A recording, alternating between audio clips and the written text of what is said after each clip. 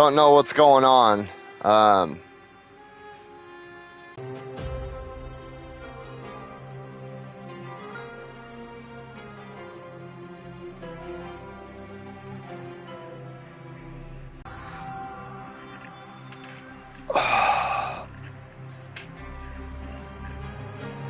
So, I didn't realize that Lords of the Fallen comes out on the 12th.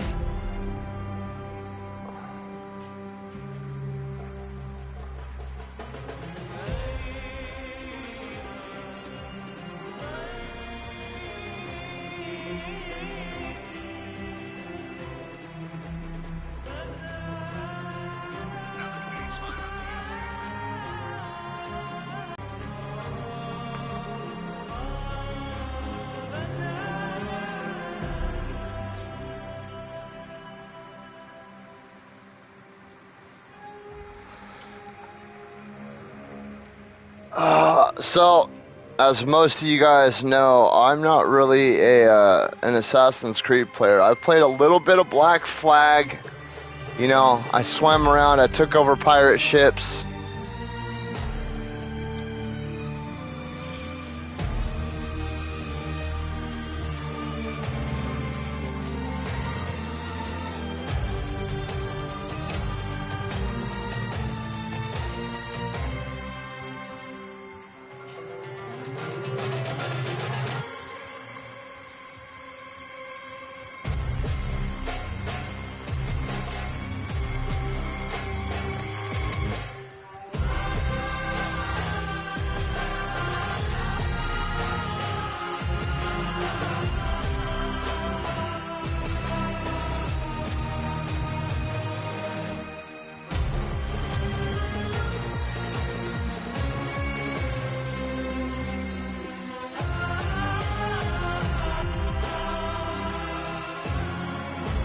What is going on with this?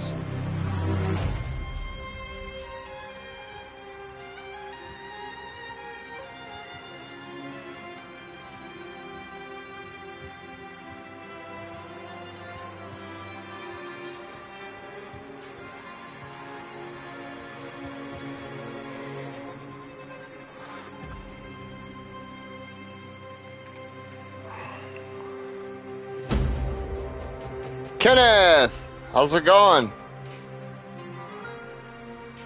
But it's got some pretty ripping ass music. Enable menu narration. Oh no, nope. I mean, that's a wonderful bit of technology, but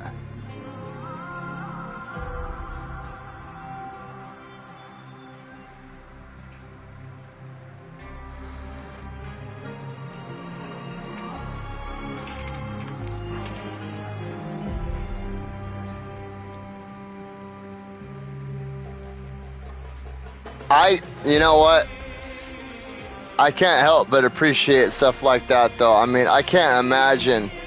I think either losing my hearing or losing my sight would be two of the worst. I think losing the sight would be probably the worst.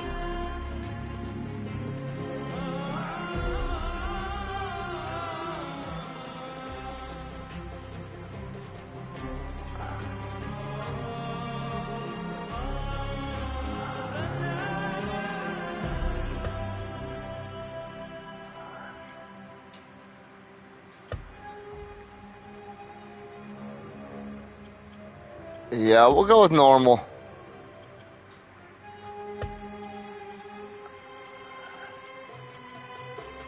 These are just some options you should just go for. And there are many touchscreen menu using a proper options configuration to fit your needs and place the opposite.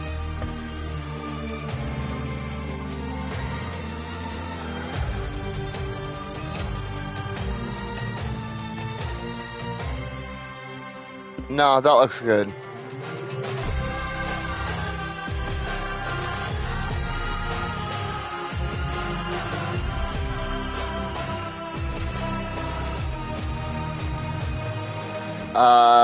We're gonna go small on that.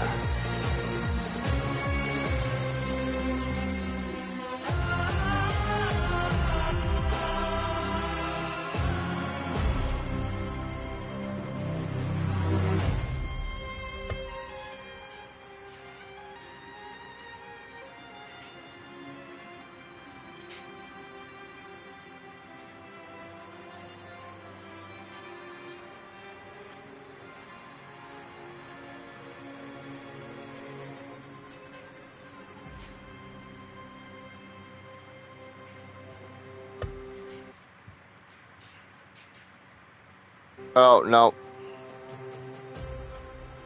We're not going to do that right now.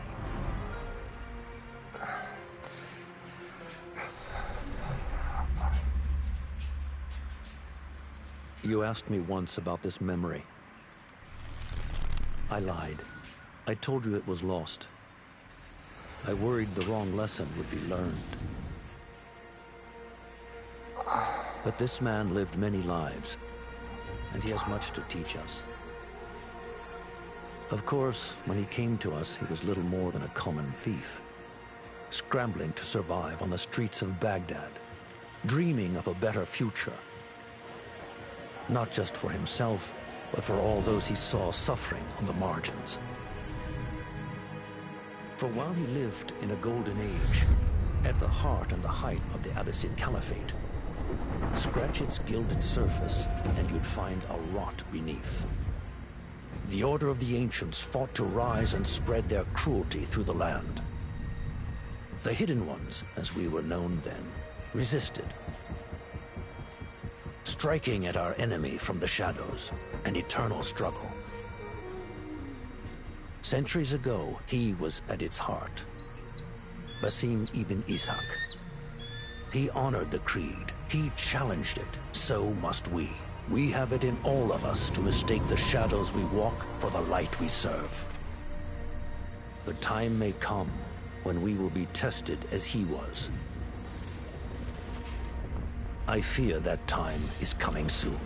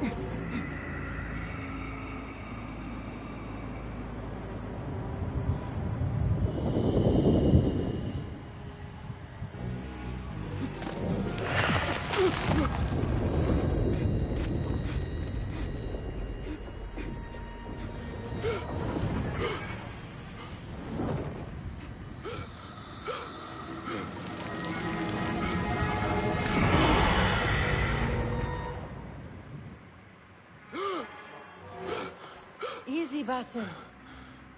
Breathe.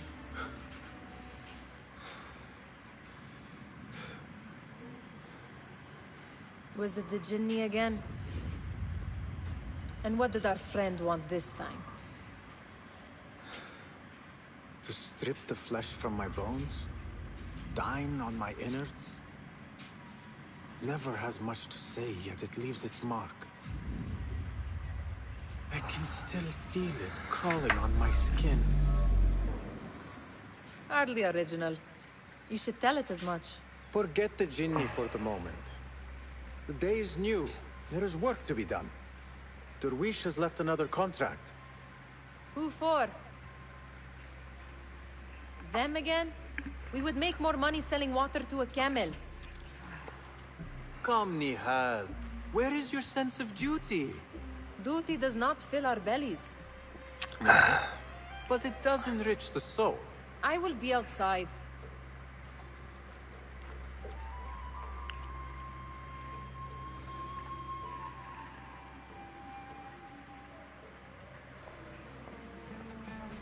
Cheap jewels and tarnished coins. The spoils of a rogue's life. Kick up some sand, Basim. It takes but a few simple tools to build the greatest of mosques.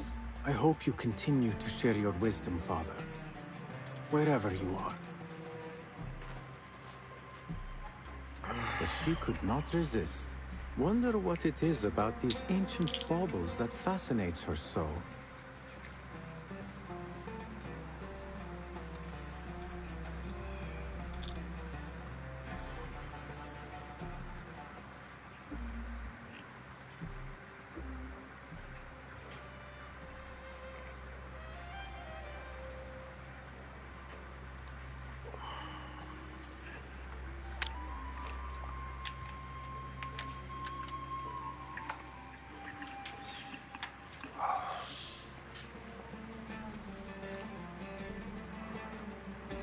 The sun casts a long shadow. Let us not keep Derwish waiting. I cannot bear another lecture. These contracts. It is quite a few Darwish has pushed your way now. He knows I will come through. You have his trust. That much is clear. Do you suppose you have theirs? These shadowy types? I should hope so by now. Then they should show it. You take all the risk and they offer little in return.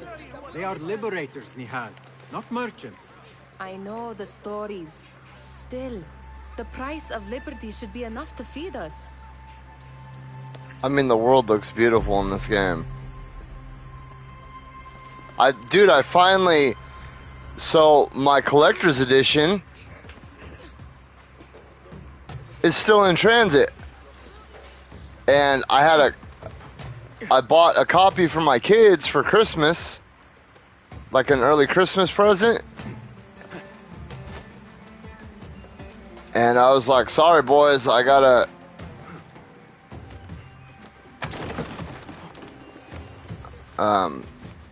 I'm gonna have to play this until I get my collector's edition. And what sucks is Lords of the Fallen comes out in like 4 days. And then like 8 days after that, Spider-Man 2. I'm like, dude, I might have to quit my job. No, I can't quit my job.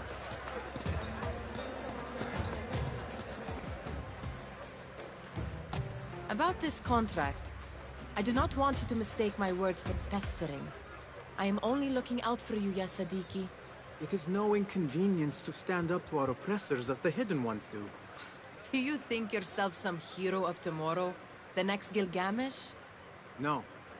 I am merely the son of a public servant who dedicated his life to the better... So, I think it's funny how we Americans, dude, like us as Americans, we just butcher other languages. Did you hear what she just said? Gilgamesh? We say Gilgamesh. Now, I don't know if that's how you properly say it, but if it is, we butcher that. And then, what'd she call it? The Jinni. I know we say genie, but see, she said Janai or something like that. And then, I work with a lot of Hispanic people, Aladdin. They call him Aladdin. Because we were talking about watching Disney movies with our kids one day, and they were like, oh, you know, have you seen the new Aladdin? And I was like, Aladdin? What the fuck is Aladdin? And they said, you know, Aladdin, you know, flying carpet monkey? And I was like, you mean Aladdin? And they said, no, it's Aladdin. And I was like, it's not Aladdin, it's Aladdin. And they're all, no, it's Aladdin. Aladdin. His people. Only to be slighted and forgotten. But I am honored you think I could reach such heights. I may just aim for them. That is not at all what I said. It is what I heard.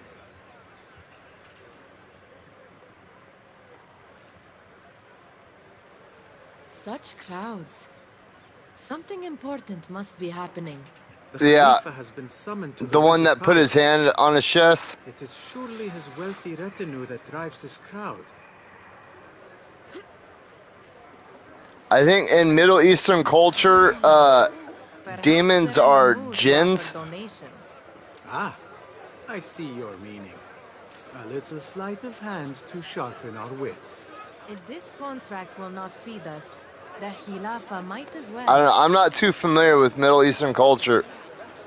That merchant has left his purse on the table. An easy one to begin with. I know for the longest time, if a woman got if a woman got caught showing more than ankle, or no, if she got caught even showing her ankles, dude, she'd get stoned to death. Better leave before they notice. Come here!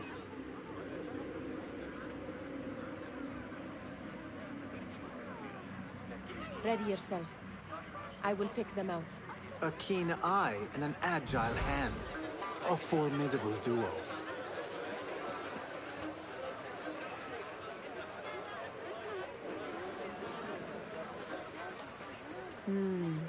There. The boisterous one. He must have something of value.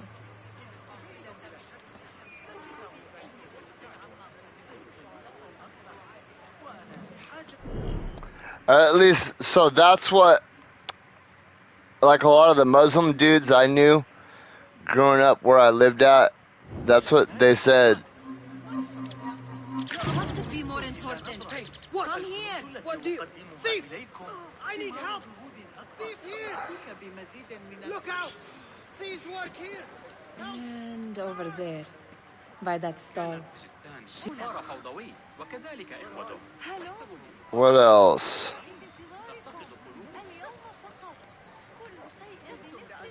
Something about stealing too.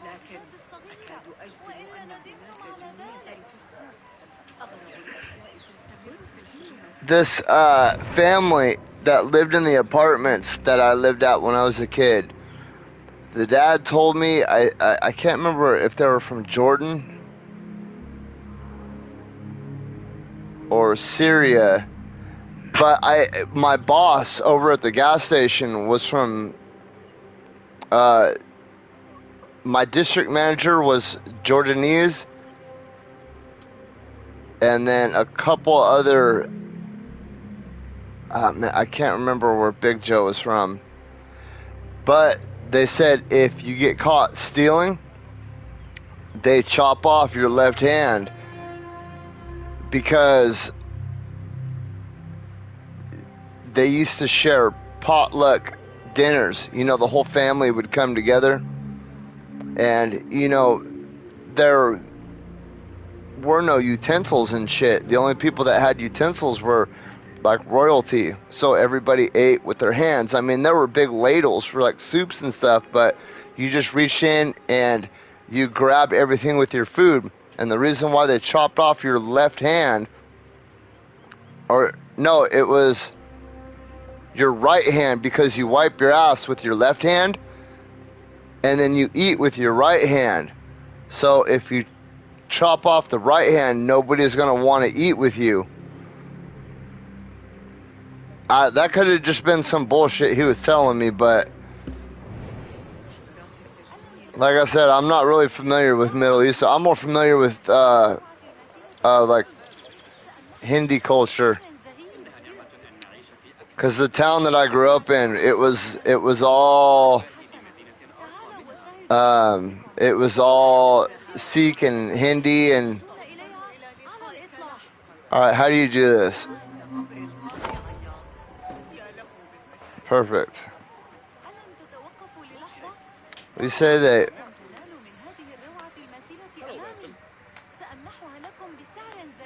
Even getting a finger cut, dude, that would suck. Well done. You truly are the master thief of Anvar. Is that jealousy I hear? Hardly a great looter of purses. Insufferable. Come, we are late to Derwishes.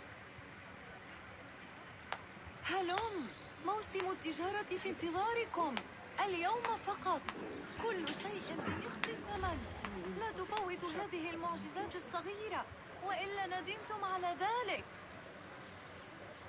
23 عاما من الجودة والسمعة الحسنة تعالوا وشاهدوا بأنفسكم بما أنا التاجرة الوحيدة التي ستحتاجون إليها على الإطلاق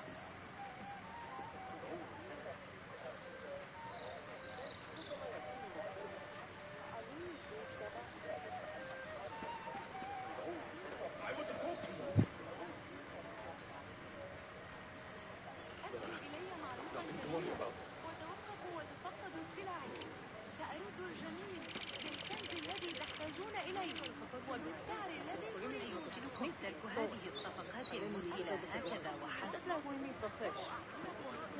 هذه الروعة الماثلة أمامي سأمنحها لكم بسعر زهيد ما قلت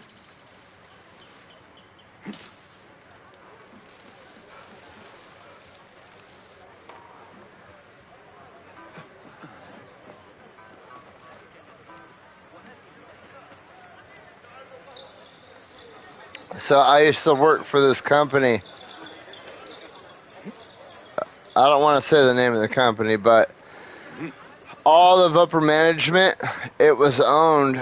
Well, the company was owned by two brothers that were Muslim, the Muhammads, which is weird because some people had Muhammad as a first name, some people had Muhammad as a last name. That always tripped me out. Like, I couldn't imagine being like, my name is Jeff, and then this person over here is Michael Jeff.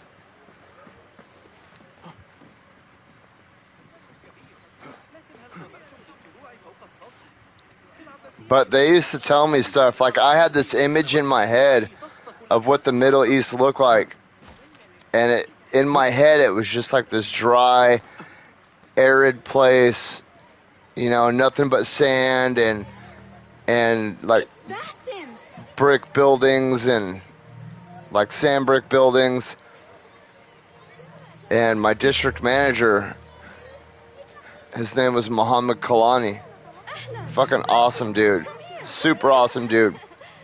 And it used to piss me off because before I met him, everybody was like, oh, he's such a hard ass, he's a dick, you know, he's a piece of shit. Every time he comes in, he's always yelling at me. Always, most certainly. With the first time I met him, he was a dick to me. I mean, how is your knee? Much better, But every time after that, like you said. Good. So long as each day is I better than the last. had a great relationship with him. I thought he was fucking awesome. And I would get defensive of him when people would start calling him an asshole and shit. I'd probably tell him, probably because you suck at your fucking job and you need to be fired. I love the dude. He's awesome. And in fact, he would go to bat for me every time I got into a fight with a homeless person out in the parking lot or something. He would be the first one there I am sure to find a better pair there. that had my back. And it actually kind of caught me off guard because there were a lot of people, because we used to have manager meetings every month, and they'd bring the managers from all the stores. And there was like 140 of us, and they're all like, dude, how do you get him to like you? And I'm like, I just do my fucking job. I do what he tells me to do. Someone has to plan our meals. You know, I make him money. I make him look good. Oh, food. I would not flaunt that around the markets. Trust me. I liked a lot of the dudes in my upper management because they were very You look weary. Are you they were very stern, It is nothing a little adventure will not fix. What do they need? and it was easy to get a read on them. Like, I knew what they wanted. It is worth nothing by itself. There was none of like this weird like sidetracky bullshit that you had to do. It's like if they asked you something, there was no ulterior motive around it. Never mind your ego. Like, they were very like straight to the point Well to remember that. people. And I feel like that's like something that's ingrained in their culture. It's like there's no dancing around the idea. If there's something that needs to be said, they would outright come and say that. And they wouldn't sugarcoat anything either. Not talked about my fee. And we won't. Not until the deed is done. You know how they are. Shocking. He is just a messenger. And you are still an errand boy. What's crazy You can do this is one on your own. the women in upper management. Like, the men, I could always get a read on them. But the women were who I had a hard time with. Because they were always just, their personalities were super fucking nasty. And I don't know why. I'd always treat them with the utmost respect. You know, I wouldn't email them because I didn't want any, there were a few of them that spoke broken English. So I didn't want there to be like any This is like no language contract. It is a barrier favor. I do not mistakes. work for scraps. So I would call them directly because I do know that in Arabic there are certain things that are said, and it's not just what is said, it's how it's said. What was the final tally of what we received? 16 crates, one So I chest, would never half a just dozen like send an sections. email Only 3 crates because remain last time I checked the ledger. I'm get not handles good at until tomorrow talking evening. on paper. Myself into trouble.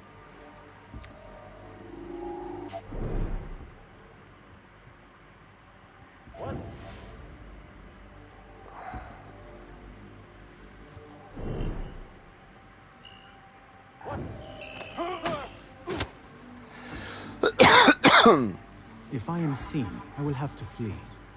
Good thing I can outrun these sagging guards.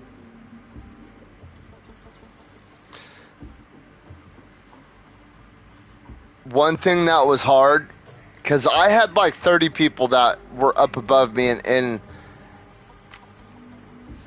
upper management. And one thing I learned real quick is that, like, let's say I had like a Jordanese district manager, right? And then I had like an American marketing manager, and then let's say what's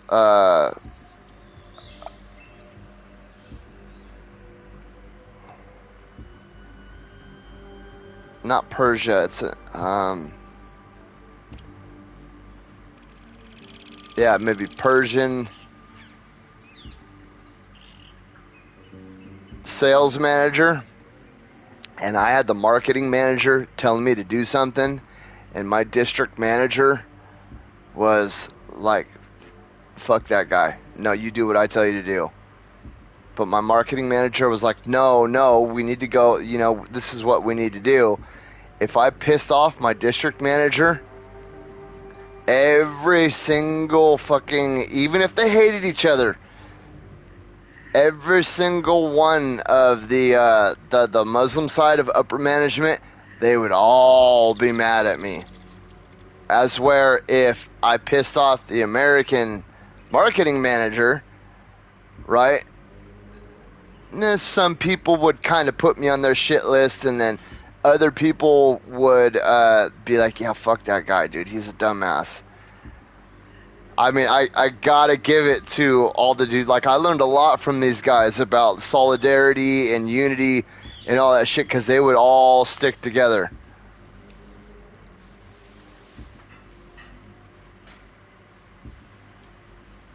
And I couldn't help but respect that, because even if they didn't like each other,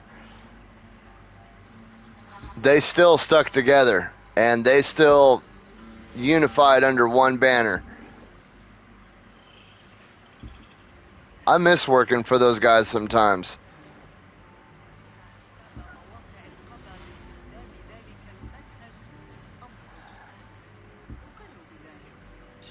I remember my district manager, the one I had at the time. I had a few of them. One, his name was Yosef. We just called him Joe, but his name was Yosef. And I was one of the only few people that could call him Yosef and get away with it. He didn't like it when Americans called him Yosef. He wanted the Americans to call him Joe. I don't know why, but that's just, I would say Yosef.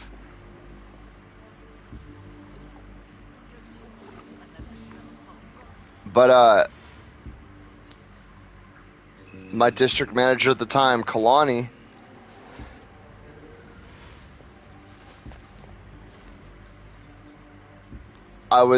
we had these big walk-in coolers where you walk in, you go get like your 12 packs of beer and your soda and all that, and I was in there stocking it. A minor delay. And I had this cashier named Chastity.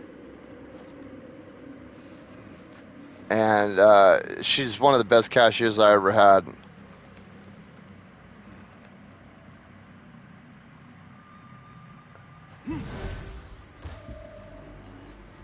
And I hear her come over the intercom.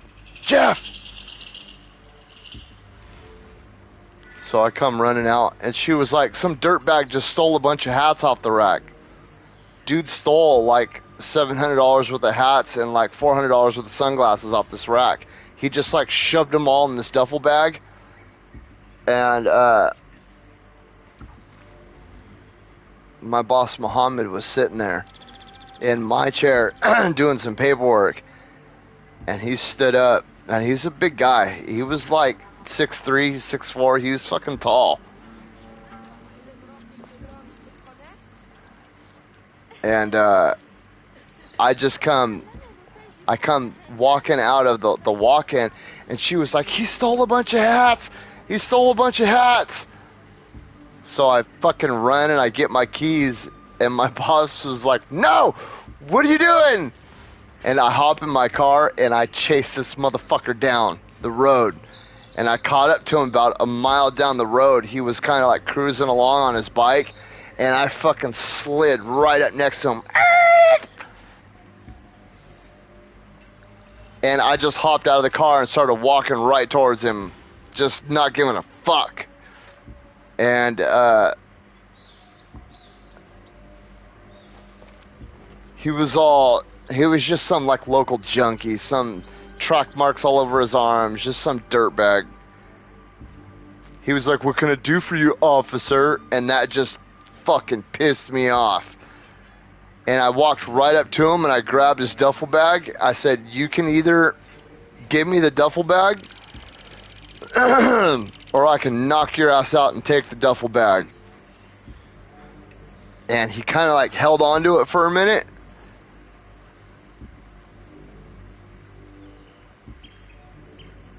And then he just let go. I was just going to tell him, hey bro, just like give me the shit. I don't know. I was still kind of calm when I pulled up to him in my car. But as soon as he said, what can I do for you, officer? Mentally, I fucking snapped. I was like, how dare this junky piece of shit talk to me like that after he just stole like $900 worth of shit from my store. And then when I came back, my boss was like, what are you doing? What the fuck are you doing? And I was like, getting my shit back. And he was like, why not just call the police? And I was like, because they're not gonna fucking show up. And if they do, it'll be in a couple days. Like, they're not gonna do anything. Because, I mean, most of the time, they just didn't care. They would come 5, 6, 7 hours later, dude, after my shift was already over. And then they would get the report from, I'd have to, like, I had this employee named Tom. And I hated this guy. I fucking hated this guy. To me, he was just like,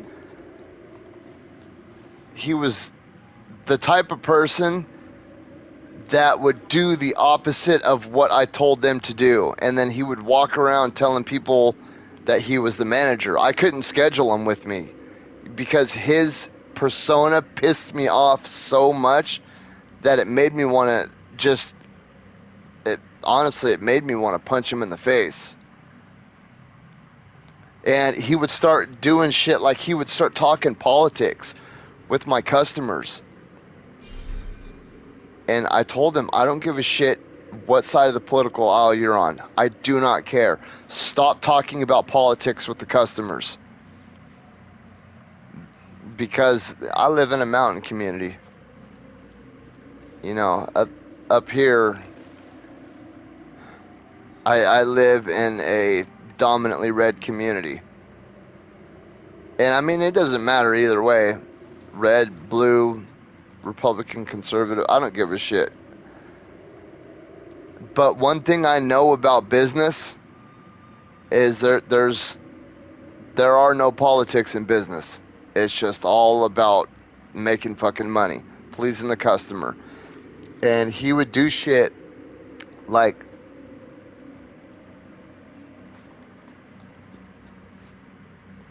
he would start arguments with customers.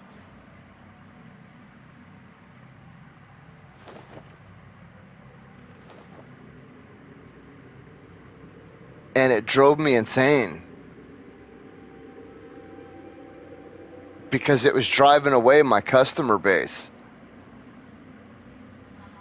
They didn't want to hear that shit. They just wanted to come in, get their beer, and go home.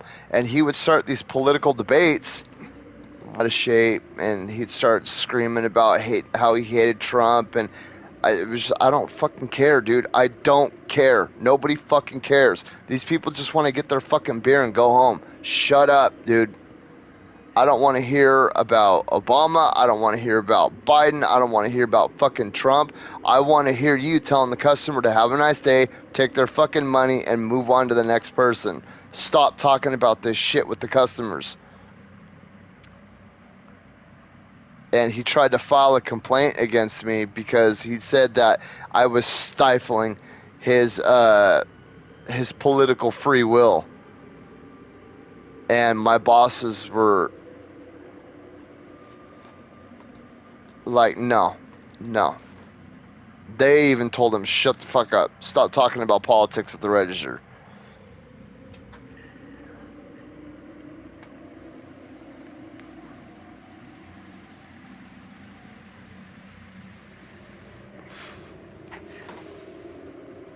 God, that guy drove me nuts, man.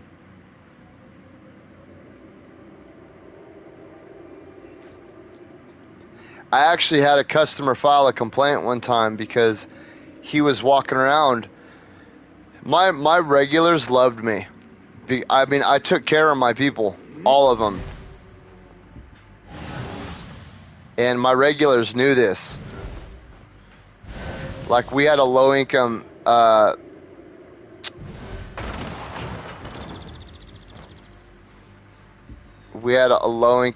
apartment complex that was by our store. And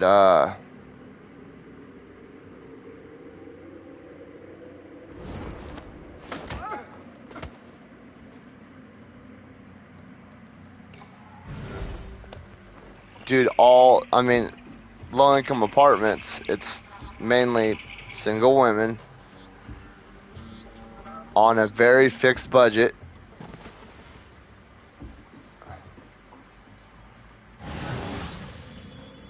And none of these kids ever went fucking hungry. Do not make a scene. I really do miss working at that store sometimes.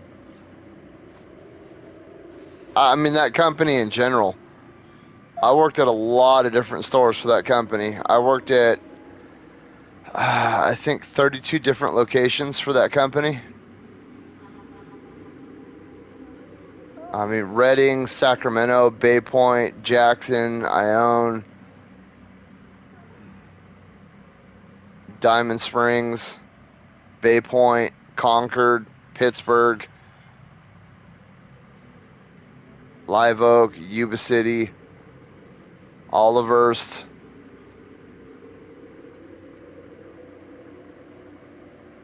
It was a lot of fun. I met a lot of people too.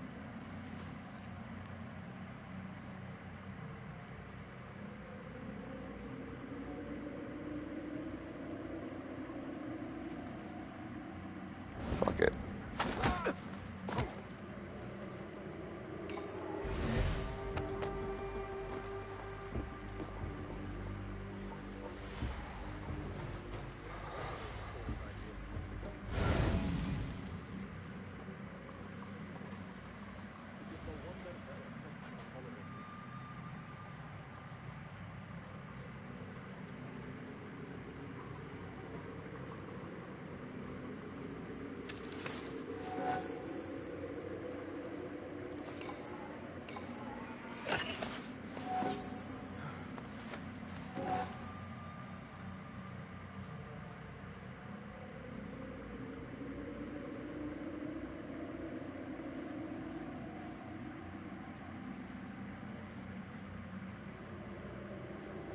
Dude, how do I get up to this asshat with the key?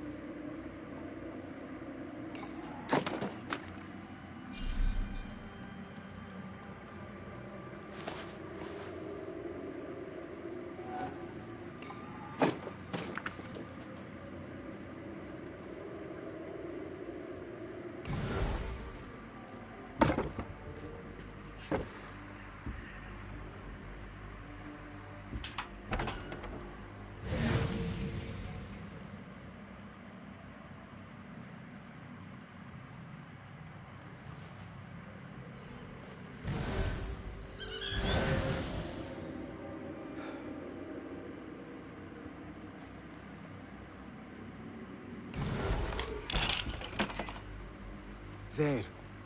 That may be what I'm looking for.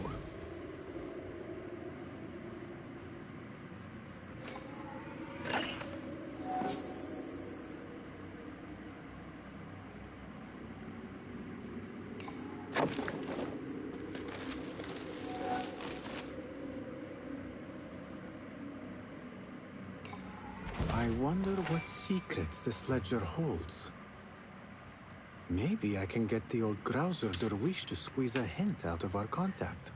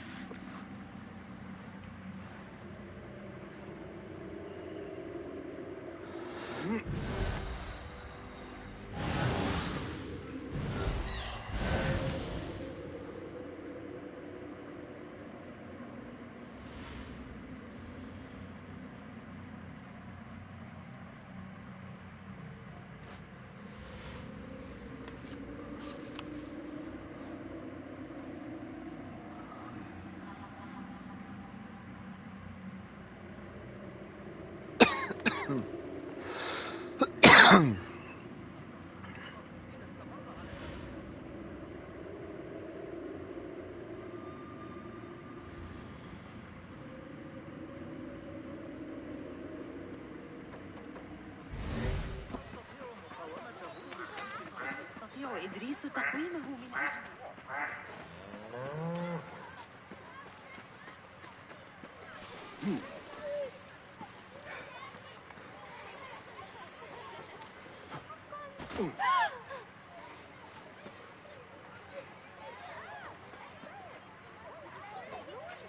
We could use some eyes around the city.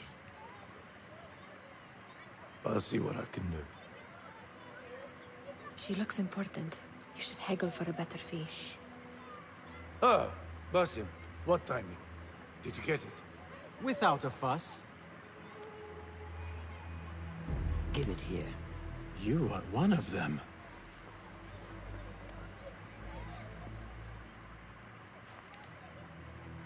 There. It looks as though it was delivered this morning. You're certain it is the chest you seek? I am certain. Pay the boy. You need something stolen? I am your man. Derwish can attest.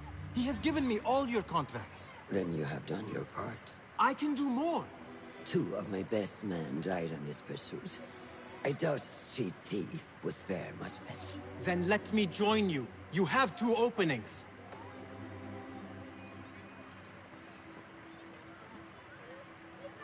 We should take half this beef without insult. Thank you, Darwish. Listen here, Basim. You want to keep working for me? You keep your head down and your mouth shut.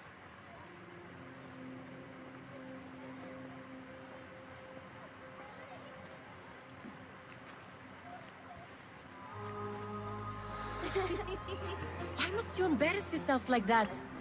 Like what? Like a beggar. Desperate for them to notice you. Desperate? Nihal, I am good at what I do. That woman would be lucky to have me. But she does not want you. You are a street thief with dirty feet. So why bother? Look at this evil-ass looking kid in the background. Holy shit. Not the peak of my Dude, that is Satan incarnate right there. Look at this kid. This world than my nimble fingers. Oh my god, it's Damien, dude. Almost, Jessup.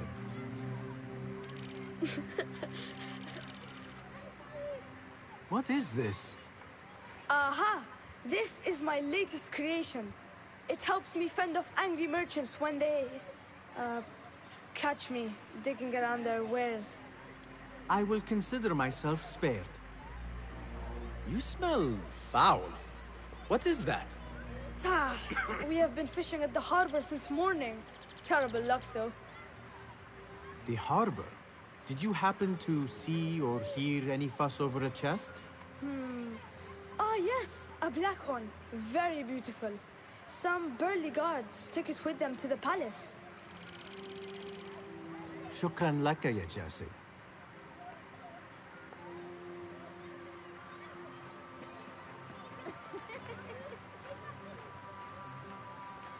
What are you doing? They want that chest, and I am going to get it for them. Then they will see. There is just no getting through to you, is there?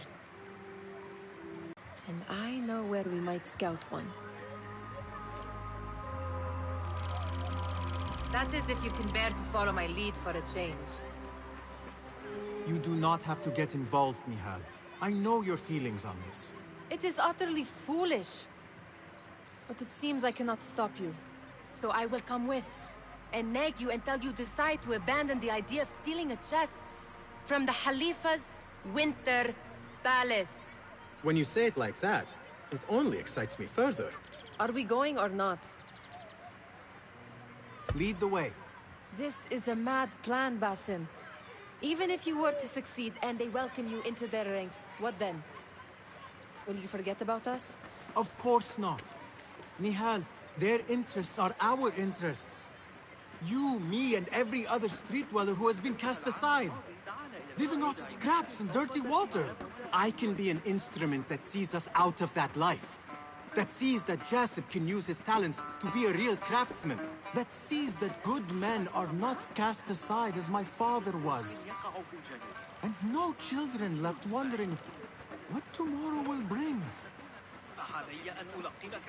I hear what you are saying, Basim. But you paint a portrait of a world that cannot exist. That is where we disagree.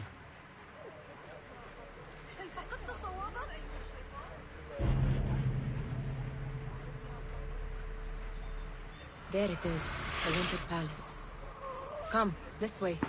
Right. Oh, I need some caffeine, dude. I need caffeine. Burger.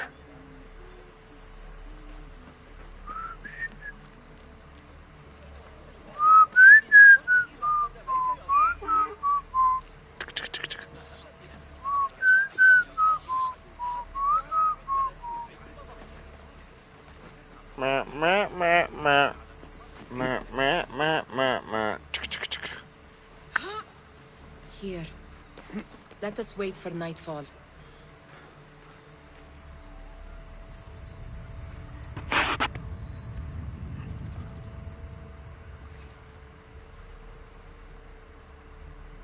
Does where you stand not awaken fond memories? Not so long ago, we were counting our spoils up here, under the cover of night. Just like this. The stakes were lower then. And so too was the prize. Well, before you claim your prize, you will first have to reach it. As far as I can see, that will take some creativity. We could always try the front gate. You will have to let me know how that goes for you. Where are you going? I've had a clever thought. If your mind is absent of one, you should You know, perhaps they follow say mine. that there could be entire civilizations buried under these deserts.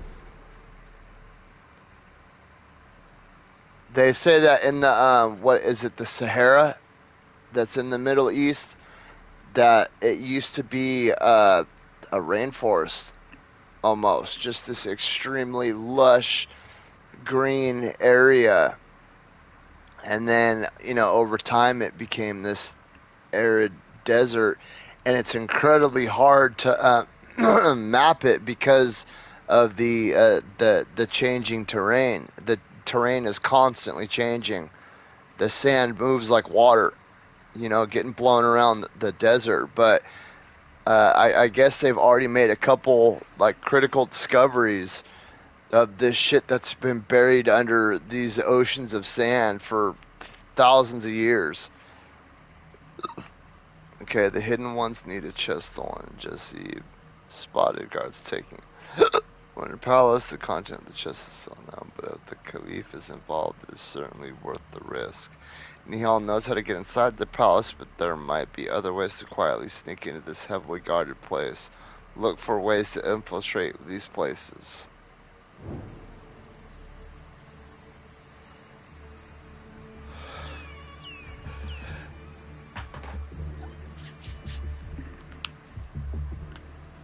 I need a Red Bull. I'm waiting for my wife to get back. It is dark enough. Come.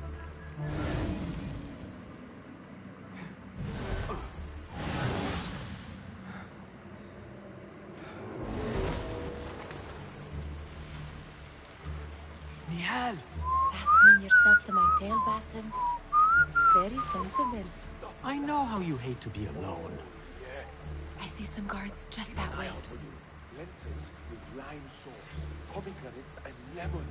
Oh, I can taste it now. Shh. I heard something.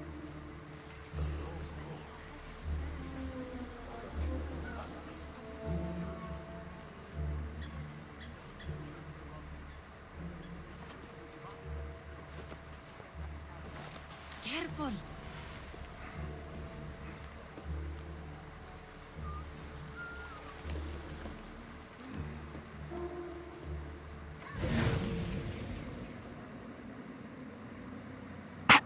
I do not wish to be here longer than we must.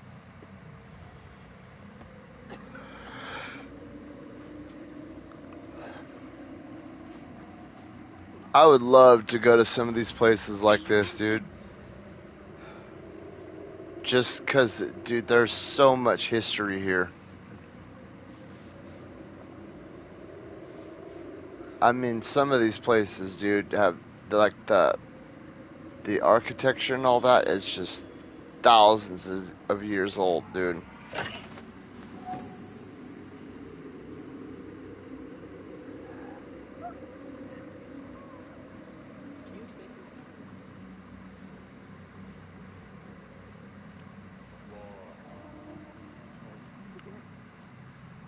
Such odd costumes.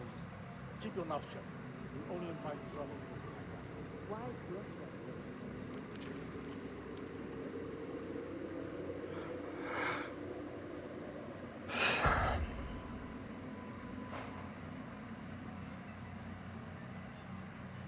Good. This door may lead us inside. Not without a key, it won't. Have a look around.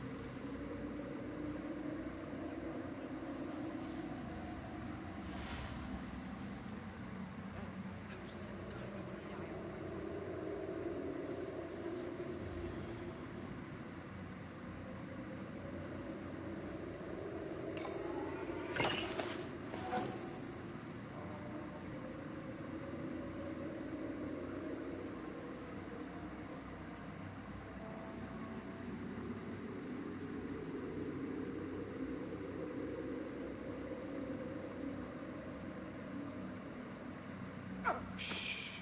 It is better this way.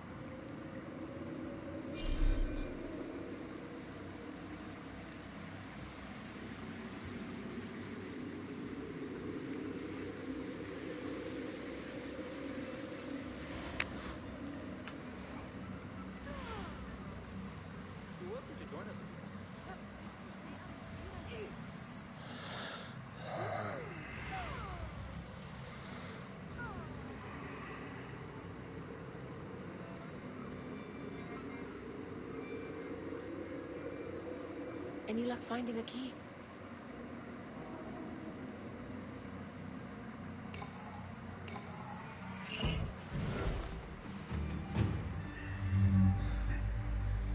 The Khalifa appears unsettled. An unruly son is not helping matters.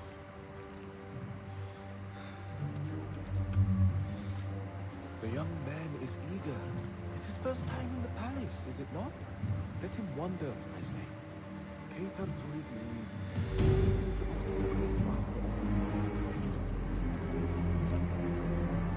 Lydia, come.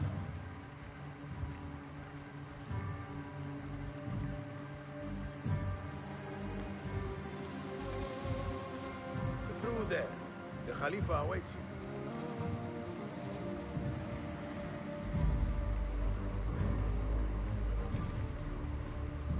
We have arrived, Mawlay. Out, all of you. I am to meet with them alone. Father, let me stay. Take him. Looks heavy. We'll never get it out of the palace. Then I will just have to take what is inside. Gentlemen, welcome. Everything is in order.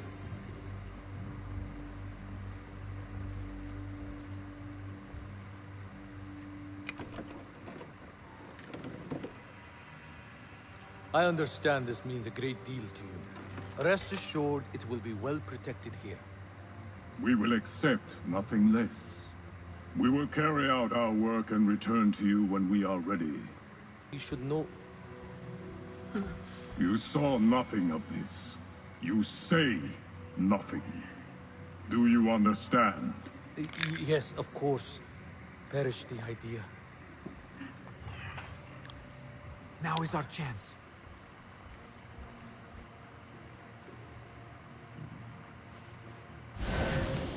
Someone is coming.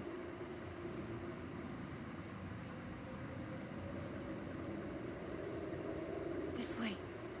Looks quiet. I never thought I'd set foot in here. Just look at these arches. You could chisel off a piece and sell it for a hoard of gold. You didn't happen to bring a pickaxe, did you? I will keep it in mind for the next time we break into a palace. All right, Basim. Open, snatch, run. Basim, hurry.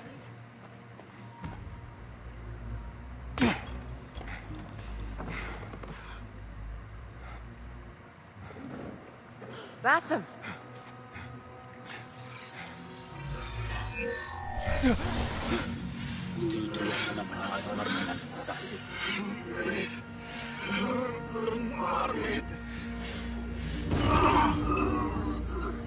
Give me that! No!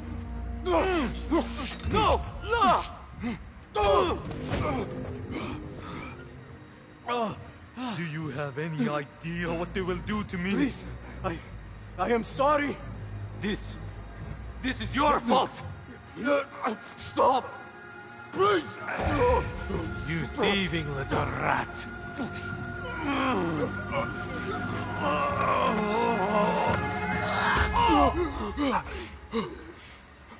No! Run! Nihal, wait! Father! Get that boy!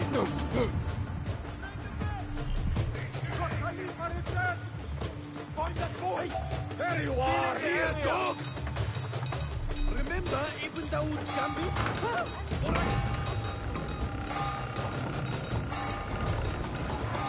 There! Got you! Got you! Stay back! No one will pass me!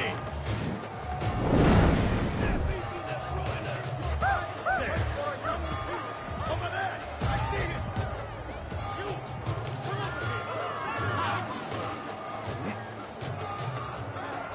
There you are! Stop!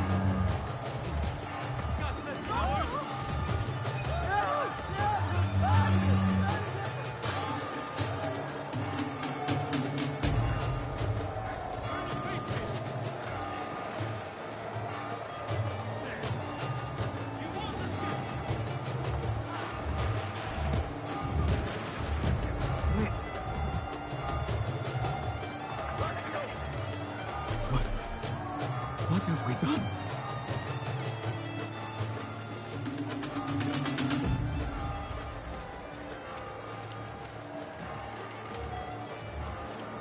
No. I'm not that good at these games.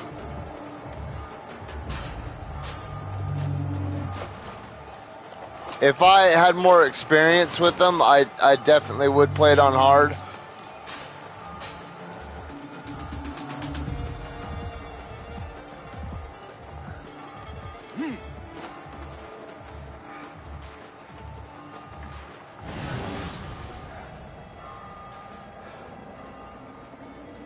Nihal, she just...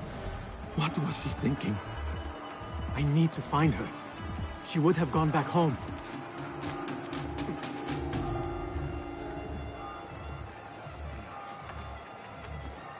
Sniper! ¿Qué pasó? Nihal, are you here? Nihal?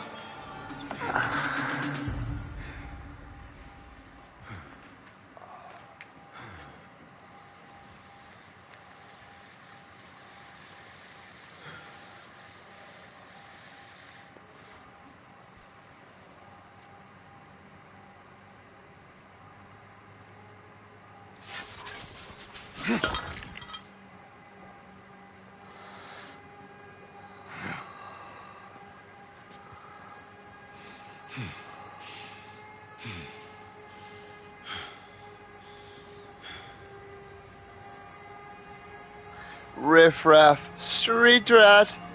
I don't buy that. No! Stop this! Please! 1 second. What do you want from me?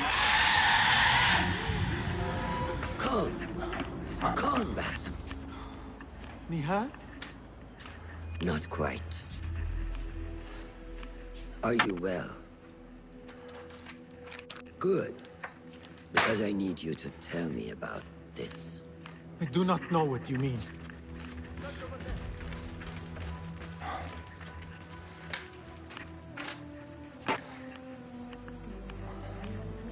Tell me what happened. Silence is not your ally here. It is not silence. I cannot explain what I saw. That object. It did something to me. I was somewhere else. Cold and frightened. Before I knew it, the Khalifa had his hands around my neck. It was an accident. I did not mean for... Just wanted to help. We need to get you out of here. I have a boat at the western docks. What? No, I cannot leave. I need to find Nihal. Stop and think, Basim. The Khalifa's Third, guard is kinda. his murder. A young thief. So, I played Black Flag, but all I did was swim around, take over ships, and fish for great white sharks. And I killed a few monkeys. I didn't really go around and do anything. And then Valhalla, I made it like 15% of the way into Valhalla, and now this one. Of your description. They will not stop until they have found you. And when they do, it will not be a prison they throw you into. It will be a shallow grave. I'm giving you a second chance. Take it.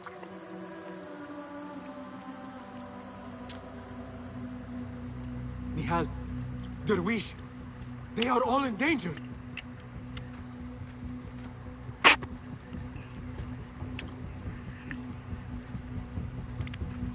The soldiers are hunting all who look like me.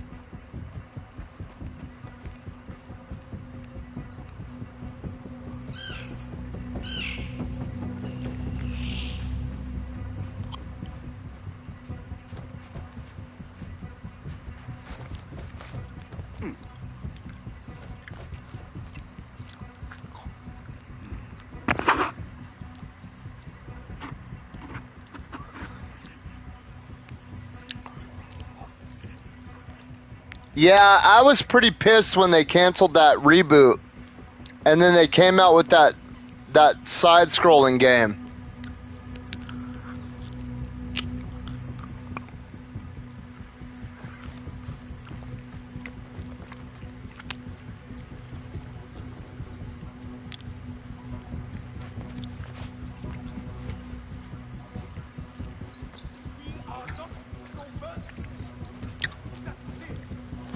I mean, they canceled the reboot like 5 days before it was supposed to come out or some shit.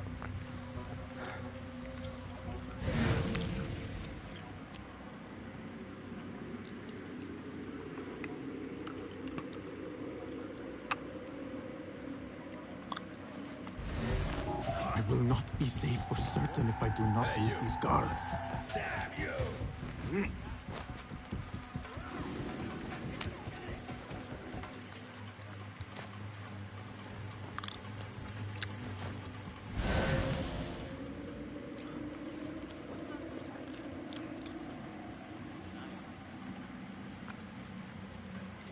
I will not be safe for certain if I do not lose these guards.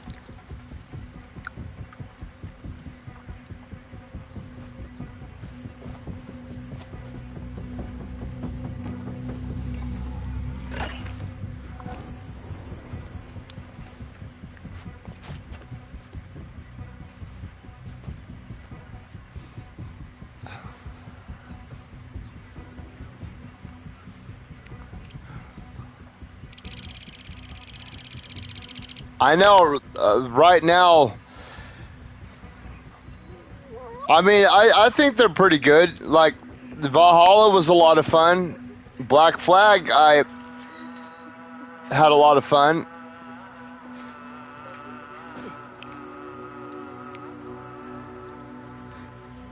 This seems to be pretty cool. It's just...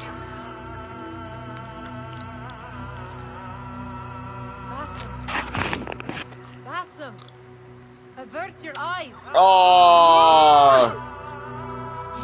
There is nothing we could have done. Nothing! If the Khalifa were alive, this would not have happened! Watch where you point your blamey little finger, Basim. It was your idea to steal from the palace.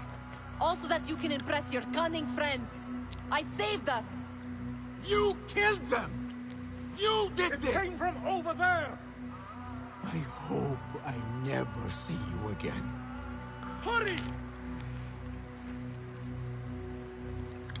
All of them dead. When it was me they sought to punish. I cannot be here. I cannot.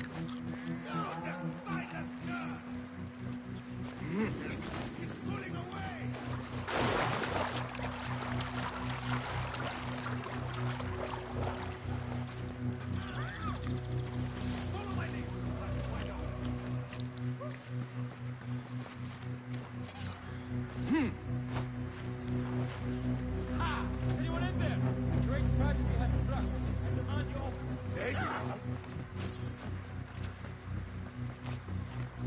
I feel like there's already a lot more parkour in this one than there was in Valhalla.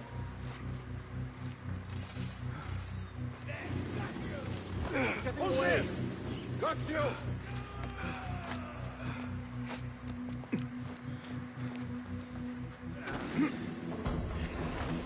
Has there ever been an Assassin's Creed that took place like in the Sengoku period of Japan?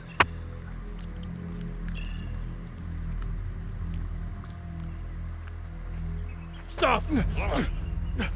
Is it him? I think so.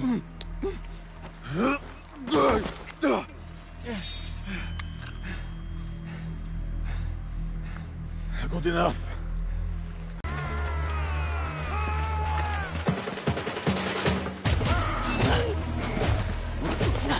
Dude, my wife makes fucking hella good homemade jerky.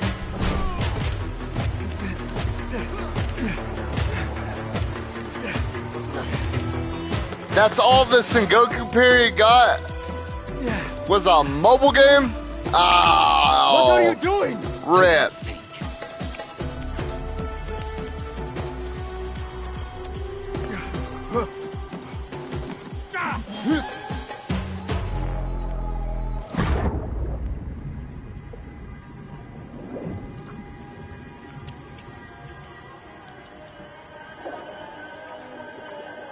So wait. What game was the movie based off of? The one with Michael Fassbender? Or was that an original story?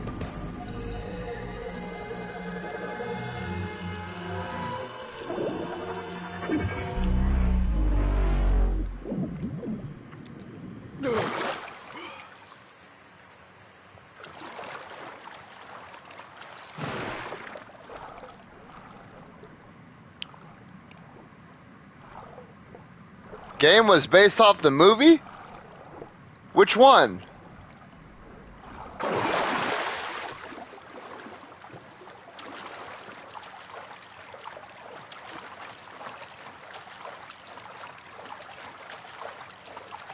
A new day, another test. I should get back.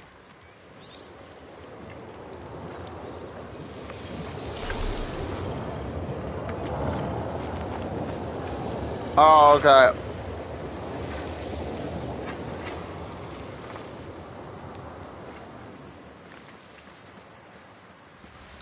Okay, so how do these stories operate? Are they all interconnected? Or is this like Final Fantasy where the technology is the same but they're all different realities? Like is it the same person that's going back into the memories in Black Flag and Valhalla? What the fuck? Did that deer just charge me?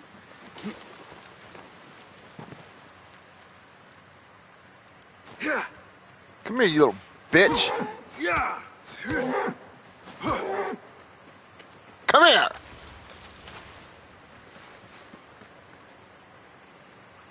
Little bastard.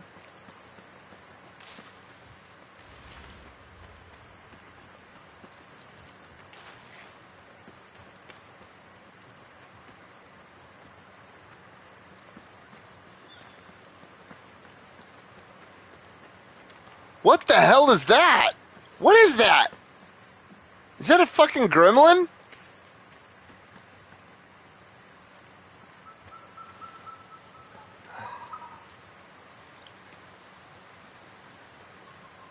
Alamut Fortress takes my breath away. As if it leaped out of Okay, the so I heard when I was a all child. of these stories exist in the same universe. This isn't just like a new story that's being retold over and over again.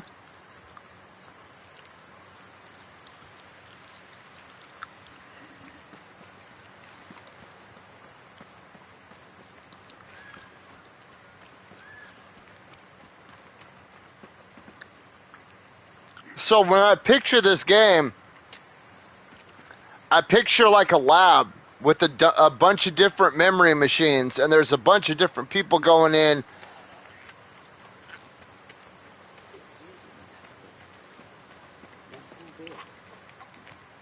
There you are. Are you ready? I think so. Put yesterday out of your mind. It has no bearing on today. Get dressed, and we can begin.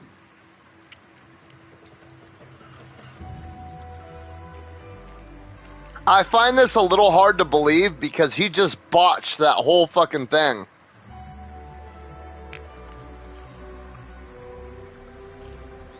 Go on, Basim, like we practiced. Yes, Master.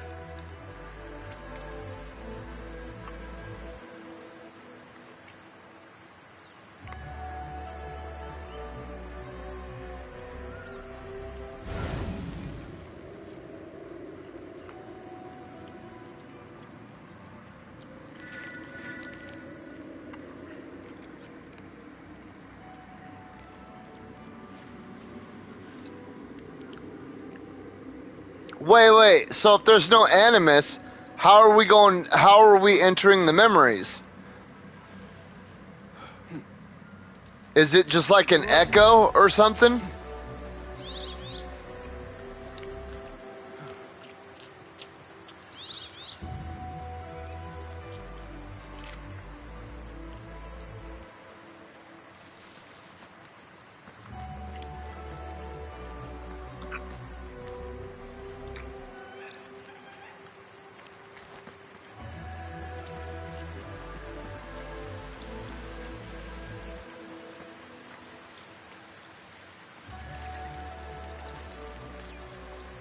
Wait, if they don't all have the animus, how are we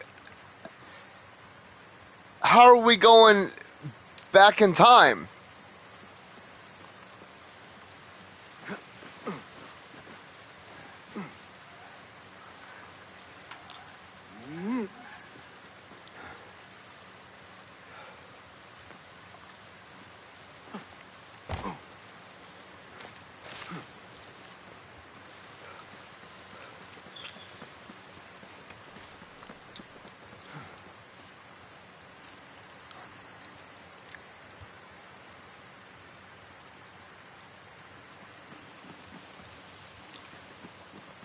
This was supposed to be DLC for Valhalla?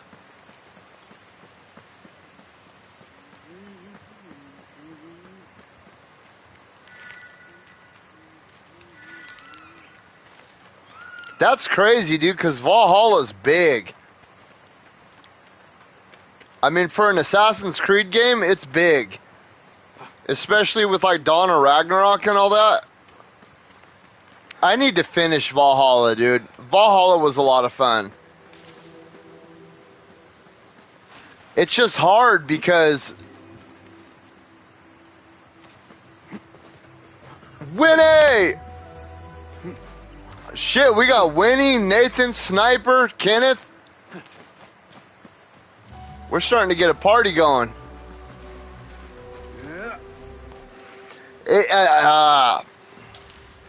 It's hard because I don't have a lot of time with work.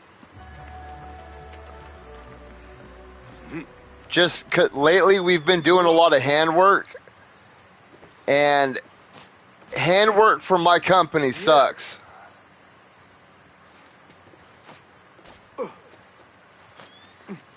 You look strong today, Basim.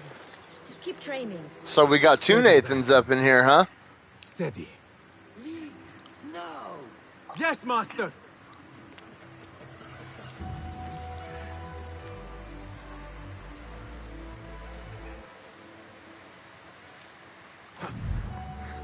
I've seen enough. We will try again tomorrow. Are you going to live in that haystack, Basim? I felt fine. Nathaniel. I can see it in your body. You lose focus too easily. The leap of faith is a crucial step on your path to initiation.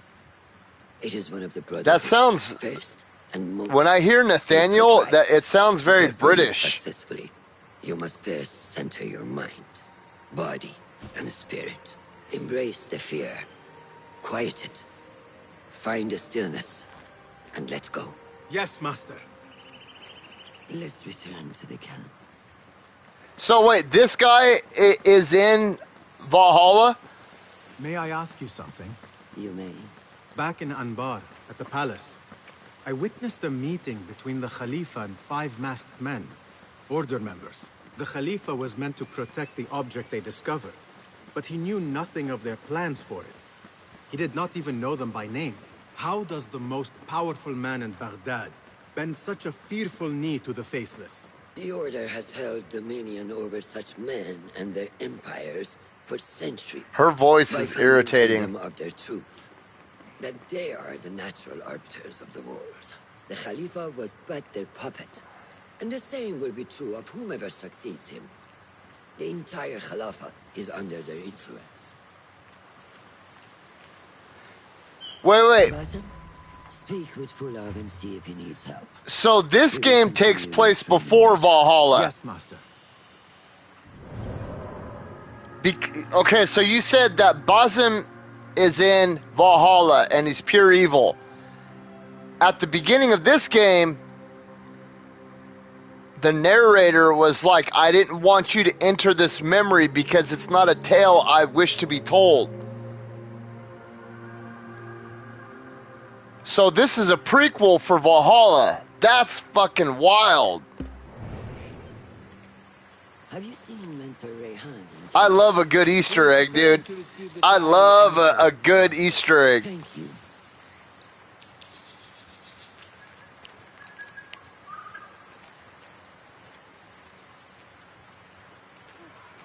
You ain't no real Creed player.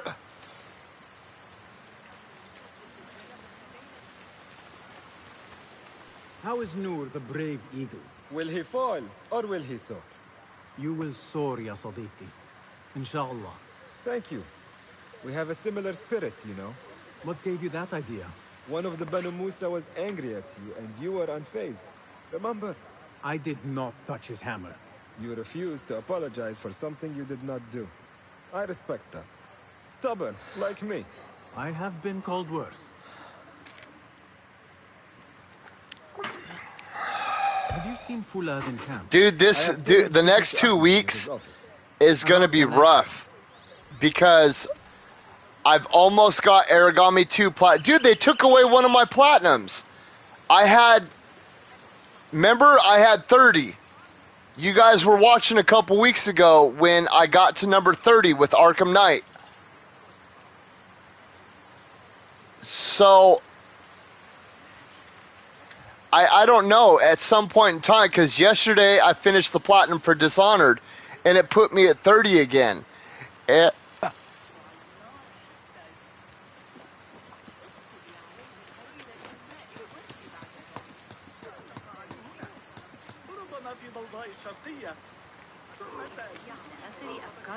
But I have the rest of Origami 2 because I just need to finish the game and find the collectibles. That's all I need to do for that. And then I would like to do the Dishonored 2 Platinum. And then I got to get in some Mortal Kombat and Texas Chainsaw Massacre with you guys. And then with this came out. Lords of the Fallen comes out in like 5 days. And then Spider-Man comes out like 8 days after that. And then we got to get ready for the raffle for Spider-Man 2. I created this, and not Al-Hassan. And I still don't even know how I'm going to do the raffle for Spider-Man 2 yet. I guess you understand. Because the last time I did a raffle, it was a shit show. Basim. And Yes, and only like 4 people were able to get in because everybody had work or they were doing stuff with their kids or something. So I'm going to have to do something that's not at a specific time. And my wife was like, why don't you have everybody just... Be kind to your progress. I will take this to heart. Like... Roshan asked me to come see you. Send a pic showing that they're subbed. And then write like just a short paragraph on something.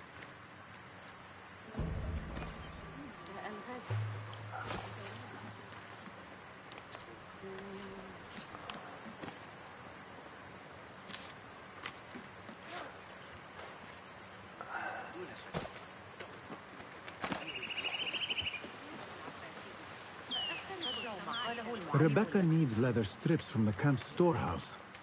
I must find those for her.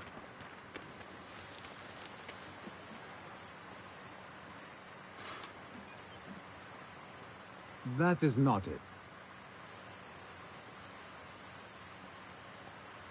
It is hard to find anything in here.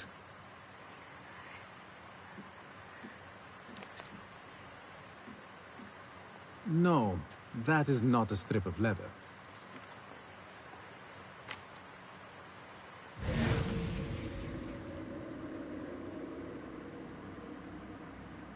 I don't know. We'll figure it out. We'll figure it out.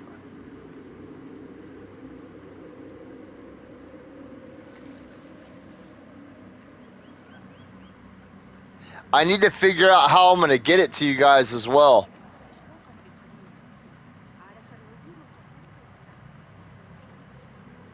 Because I don't want people putting their addresses and shit out there, you know what I mean?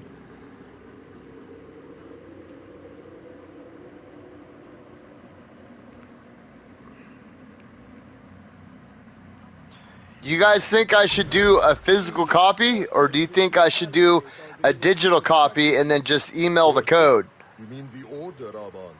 I can only speak of what I know, Your Sarderi. The Caliph wishes to nullify the rebels, and if you persist in giving them support, we cannot assure you protection from any Caliphate response. The rebels supply us with information in Baghdad. Without them, we are blind. Be that as it may, Governor Muhammad is very committed to showing that he can end this rebellion swiftly. I do not doubt that. I came to warn you. Things are moving fast in Baghdad. You may have to act sooner than expected. I hear you, Aban.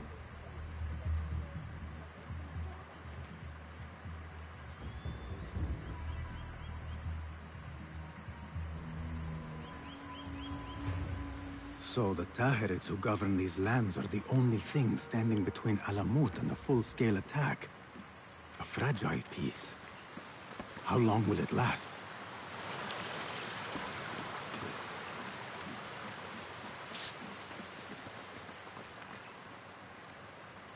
Dude, I'm not gonna lie. This game has got some beautiful level design. Like the lighting and the shadows and, I mean, just the immense detail.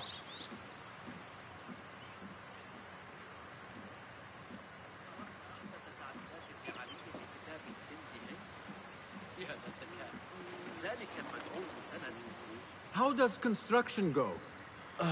It is taking longer than we expected. You know, another thing I need to do is I need to get my Xbox set up so I can start streaming Starfield too. He speaks of this mountain as if it was destined that we build here. We have patience and follow his guidance. Master Roshan tells me I must not be in a hurry to rush back to Madinat as-Salam. I would not hurry at all. Baghdad is different now. It is very dangerous. Did he just say Baghdad? Baghdad?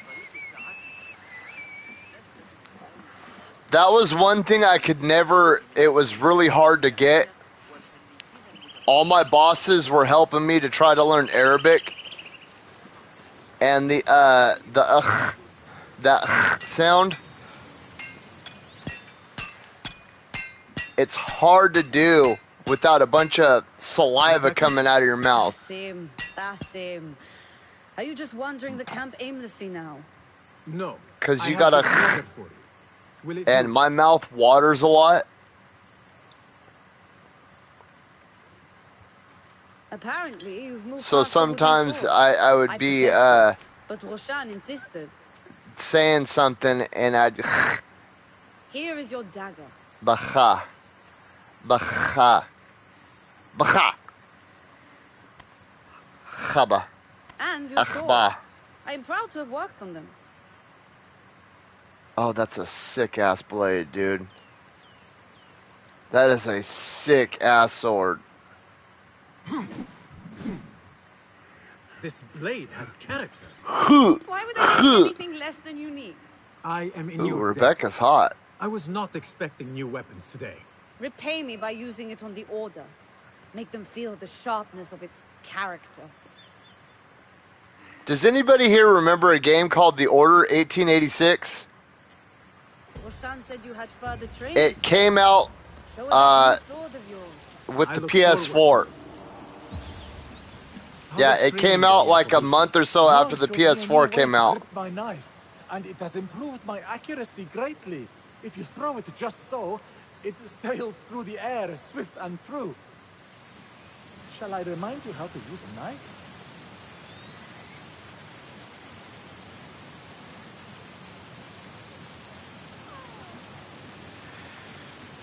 What's up, Alsha? To be honest, I don't know. I'm still really new to Assassin's Creed. But we've got some OG Assassin's Creed fans in the chat.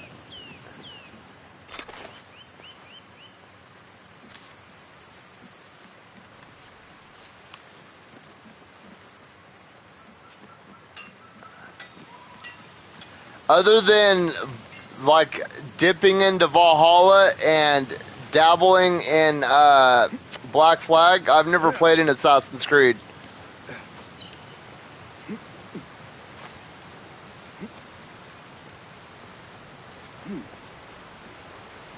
These games they were like really popular when I was being a knucklehead. And didn't have a place to live, and Assalamu alaikum, ya Sayyidi. Wa alaikum assalam. I was out in the mountains earlier, and the sight of Fortress Alamut filled me with awe. Mentor Rehan told us to take inspiration from nests the eagles construct in the Alamut Peaks. I can see the influence. Wada'an. Rafaqak Allah. Assalamu alaikum. Is it accurate to the Muslim tradition? Did Fulaf send you? No, he did not. You're not here to help move these rocks? That guy's not a Muslim. I'm sure that was not me. That guy's Samoan. But I have no time to talk. I must figure this out. I will leave you to it then.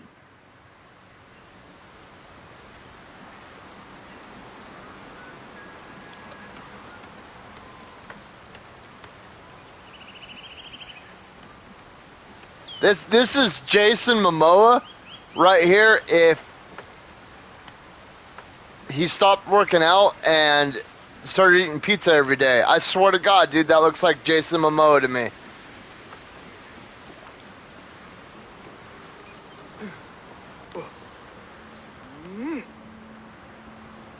Yeah, I do remember that. I was talking about that earlier. That I used to work for a company that was owned by Muslims, and a lot of my bosses at the time were helping me to learn. And I can't remember it now because it's been 5 years and I haven't practiced what I learned, but I do remember like the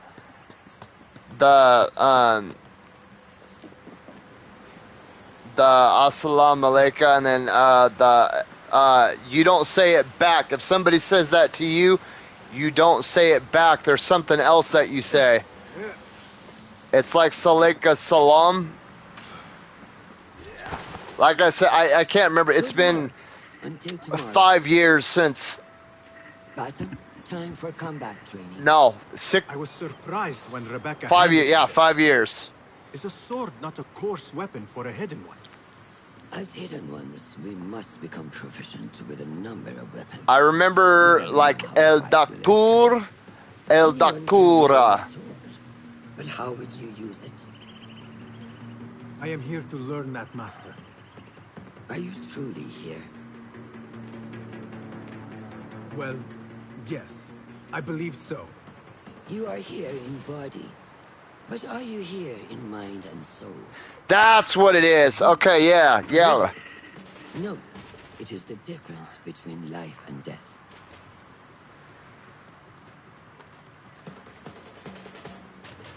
So, I want to ask something really quick, because I was talking about this earlier. A lot of the Muslim men that I worked for, they were very stern and to the point. They didn't joke around very often. And if they did joke around, you had to have known them very well. Like, because there were some of the upper management that would joke around with it. For whatever reason, the Muslim men I always got along with. But the Muslim women hated me. Whenever I had to talk to like a Muslim woman over the phone or something, it's like I could I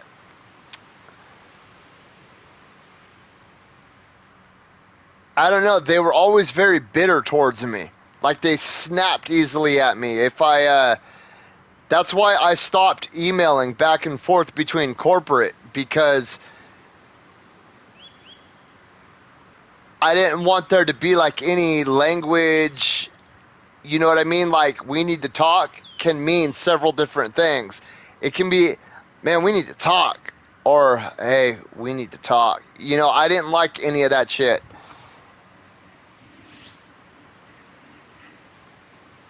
But make sure you target and circle around me. Never turn your back on your opponent. Yes, better.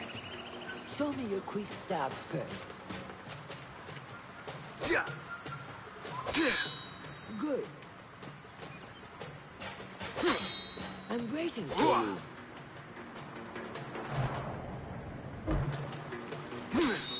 Excellent. There are times when we must put more force into our attack to cause more damage. It will leave you exposed, so time it properly. Now go!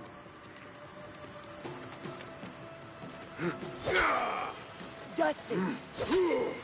Come in strong. Excellent. Now, for defense. I know that my bosses, one thing that they really hated, and it tripped me out, they hated booze. Keep your focus, Basim.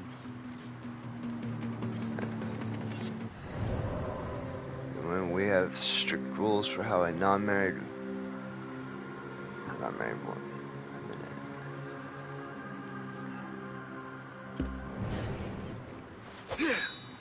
I wonder if that's what it was. Vader, how's it going? Yes.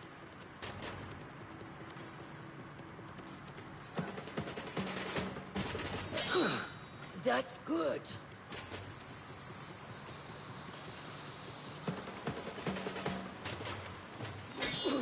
Excellent. Some attacks cannot be parried and must be dodged instead. Prepare yourself. Okay, dodge. Alright. Oh, this is really gonna screw with me.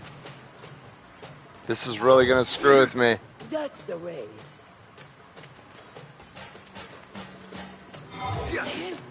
Well done. No, not that it was like hatred. It was just. Use what you've learned. Hang on 1 second. Let me.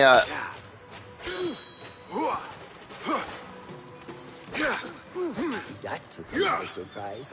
What? Stamina has been depleted as consumed when dodging or attacking. Oh, they're going like Dark Souls on this. Hey, wake up! Bring your head back to right now.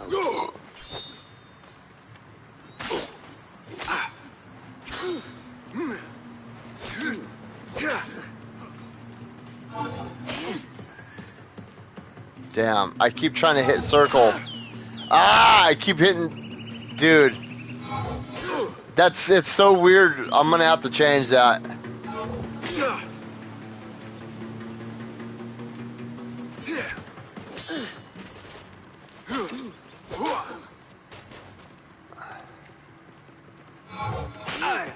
Damn it. Take that! Where did that come from?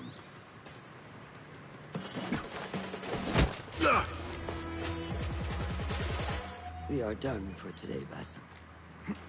Why must we stop? I learned nothing from failing. True learning requires action and stillness in equal parts. You have made the action. Now, seek the stillness. Do not rush your training. Be patient. Failure is a part of progress. So, Alsha, Jinns are the equivalent of an American demon, right? Like how we, in America, we would call, like, evil spirits demons. And Muslim culture, it's a jinn, right? Ahmed, A jinn or a genie? Of wisdom. I fear he may end in the middle of a snake's nest. I know how close you are to your brother. We shall learn more soon. Then we can act. Assalamu alaikum, Abu Ja'far. It is Ahmed. Ahmed, my apologies. Do not worry. Come and warm yourself by the fire. Our brother Ahmed. I haven't got to assassinate anybody yet. To Baghdad, the House of Wisdom. The House of Wisdom? We have been working there, my brothers and I, for years. I still have some things to work on. Yeah, my wife's home! Red Bulls! And I will Red Bulls all around! By becoming your eyes and ears among the scholars. What time is it? Today is the last day of Aftershock. And, dude, I'm telling you, my calves and my ankles are killing me. I have a blister on my pinky toe that's like the size of a pea. I had to slice it open last night. The feathers of the heron were dipped in the blood of the targets. Ah. This would be left for the Lord of the Duat to judge. It is important we remain humble and know our place in the process. We are messengers of justice, and not the final judges. Will anyone help me on patrol tonight? I will come with you. Well, Satan is an actual... If I'm to warm up. So, Satan Let us go. isn't like a normal demon. That's like... Satan is an actual... Are you coming, Basim? Leave the stories for later. Like, Satan is the opposite of God in, like, Christianity and Catholicism. If you were talking about demons, you wouldn't say, like, Satan in general, because Satan is an actual, is like an actual character. Like,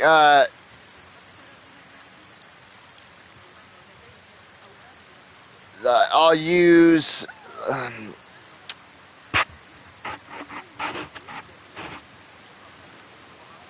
like you would say Satan, like you would say like you wouldn't say all prophets. Wait, no, hold on. How am I gonna say this?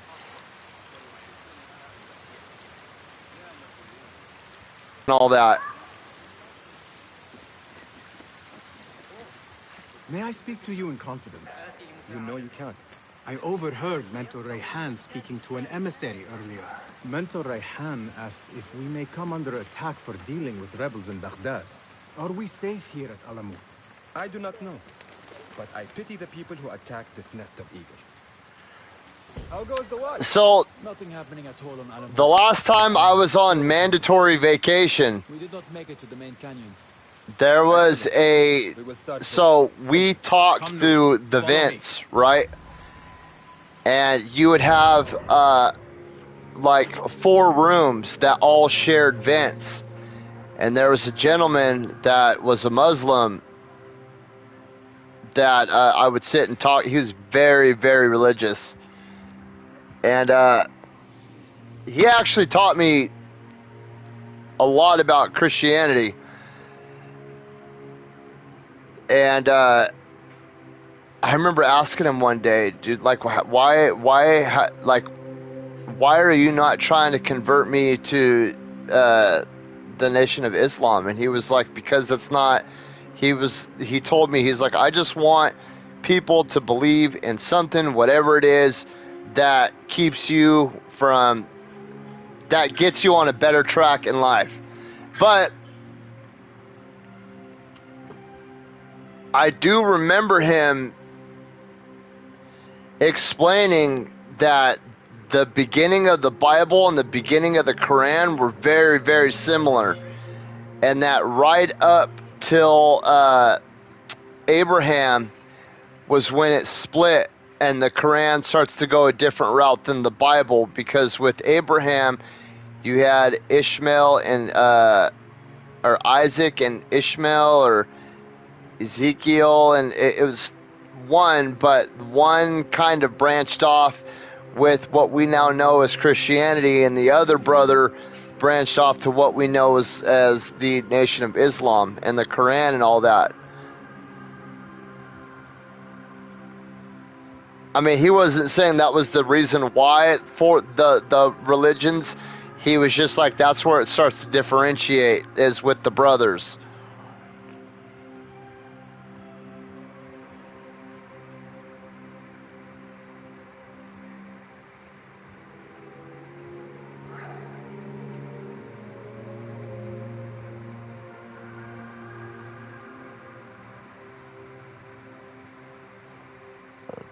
Oh, okay, so jinns are just spirits. Or not spirits. Spirits, that's a wrong term. Spirit's just another name for a soul. Are you looking forward to your initiation? Yes. It feels like I was super into those ghost hunter videos for a while. And from excitement and a small bit of fear, if I am to be honest. Well, that was what. So Judaism is just Old Testament. That's it. So if you're a Christian, you believe in Old Testament and New Testament. But if you are Jewish, you don't. The New Testament is not a thing to you. It's just Old Testament. That's why there's the Bible and the Holy Bible. The Holy Bible, from what I remember, is Old and New, and then just the Bible is Old Testament. With like Genesis and Exodus and oh God.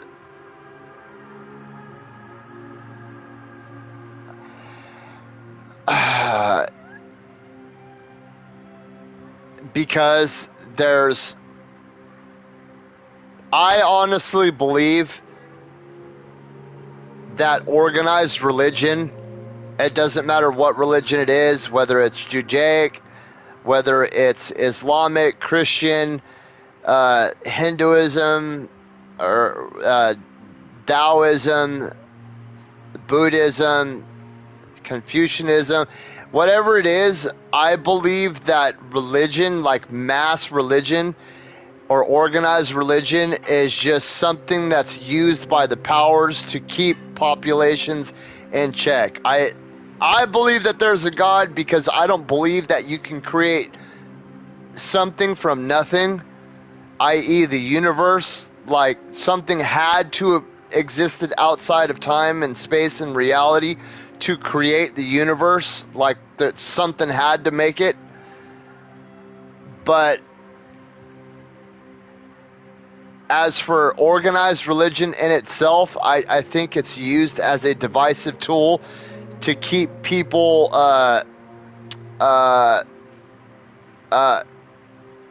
separated, and to keep the because if you look, they all say the same thing. You know what I mean? Don't kill, don't rape, don't steal. At the core basics, all these religions say the exact same thing. Don't harm other people. Don't steal from other people. Mind your own business. You know what I mean? They all practice the same core principles. It's just explained in different ways. And I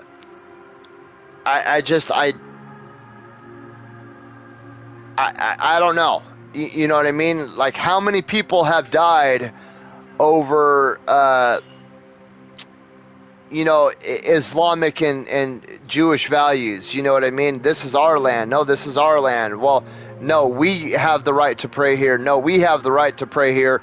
150 million slaughtered people later, it's like, you really think God's going to care where you pray? Just pray to him. You don't need to be on a rock in the middle of a desert somewhere. Just pray to him. It's like church too. That it used to bug me when people say you have to go to church to worship God, and it's no, you don't. Your church is supposed to be right here. It's supposed to be your heart. And I don't know. But a greater unknown. I don't know. There have been a lot of people that have been slaughtered from all sides. Down dark alleys. The difference is that, and it just bugs me because I really feel like it's used to fuel division amongst people.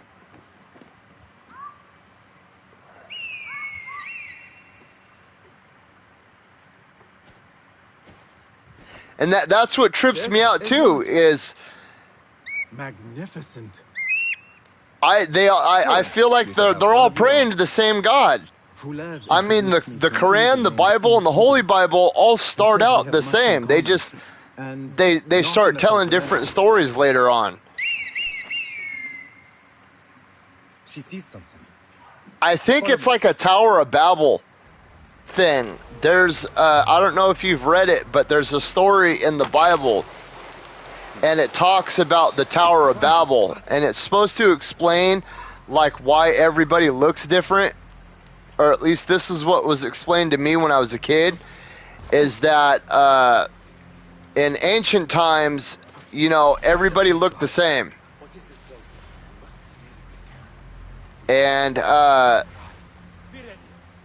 everybody spoke the same language, everybody looked the same, and they started building a tower to heaven, the Tower of Babel. And this infuriated God, so what he did was he destroyed the tower and then spread everybody out throughout the world. Hey, you! A word!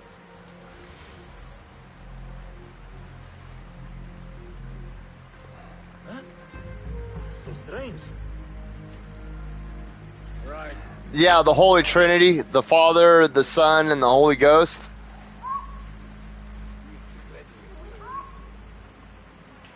I know that in the Quran too, like in the Nation of Islam, they believe Jesus was a real person, but they don't believe him to be the Son of God. That they think that he was just another prophet, like Muhammad.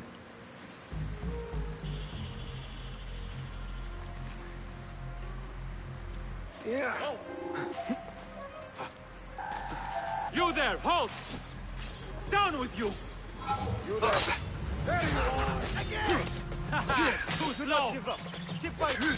Remember your training. Taught you well, but be patient.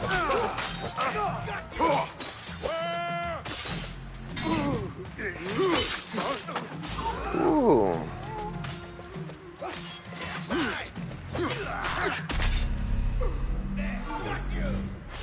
No.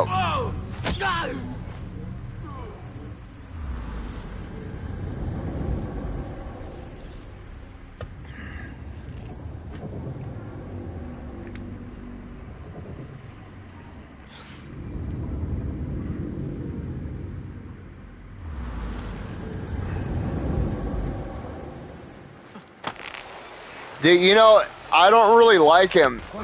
Well, I don't like his music. I'm not going to say I dislike him, but I was watching an interview that Jelly Roll, yeah, the big country rap dude, and he was talking about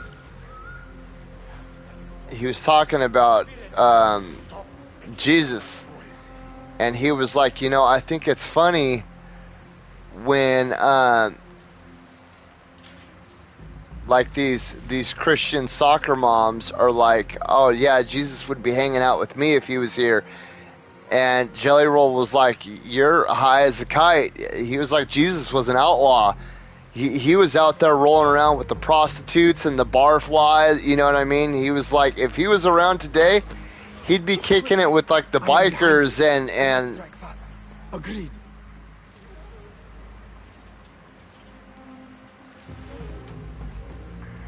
I just thought it was kind of funny.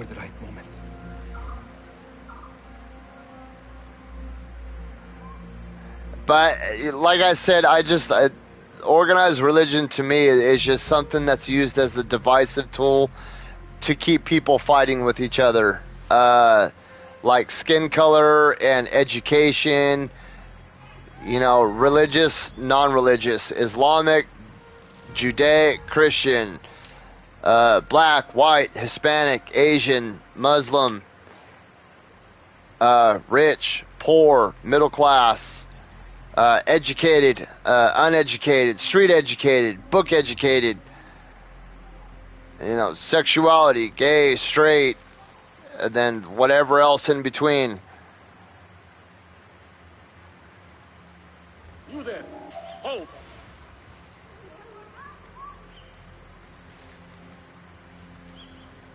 Huh? Where did... I'll bump into you again. Do not make a noise.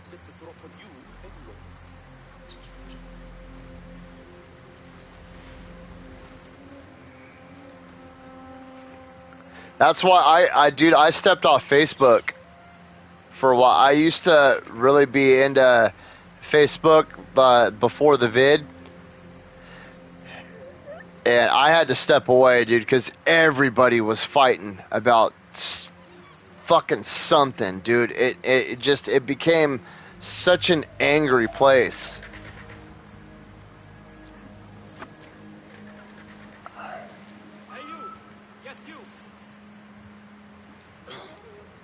What the? Pay for your sin! Hold a moment! You are done for! Prepare for hell!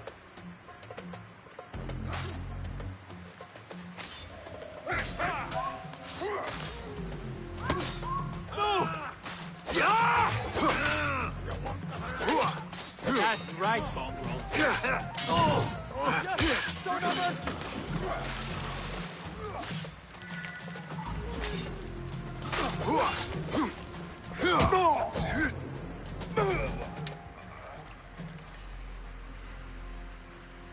Not like the wooden targets, is it? It is not that. This sword. What of it? Mercenaries from Baghdad use these weapons. We must warn the others.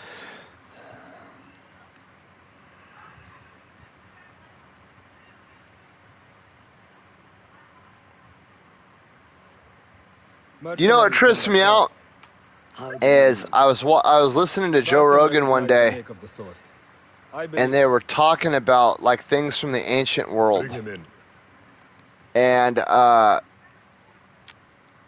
it's crazy how all these civilizations that had nothing to do with each other, or didn't, like, to our knowledge, didn't even know that each other existed, all had the same type of architecture. Like, for the longest time, we were only taught that there were pyramids in Egypt. Yes, and we must act if we are to And learn there are who that pyramids is. all over the fucking world. All over the will world. return to There are Baghdad. pyramids Seek Ali along ibn the Muhammad Mississippi and- River right here in America. I mean, not as big as the ones in Egypt, but Mexico's got all kinds of pyramids Maybe up and so, down it. But he is one of our only allies in Baghdad. We need I him think, and we which, need his men. there's another, I will go back to Baghdad. I think in China has some Go pyramids. to Ali. Find out if the Order sent those men. I will. And it's crazy, Waffaqakallah. they found some caves inside the Grand Canyon, right? And apparently they were off limits for a long time. But people have slowly been, I think because they were considered tribal land. So people are finally starting to get access into these caves. And there's Egyptian hieroglyphs inside these fucking caves.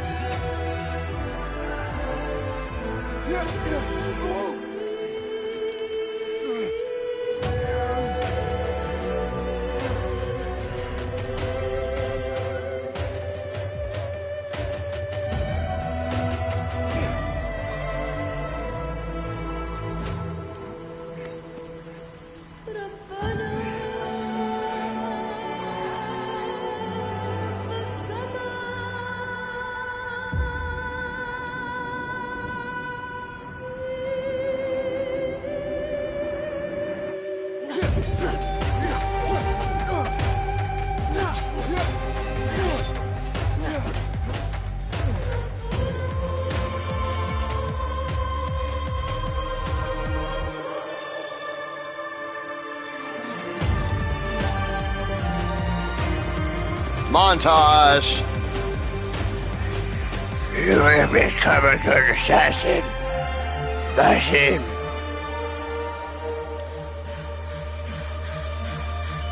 Got. Dude, I hate it when games do this.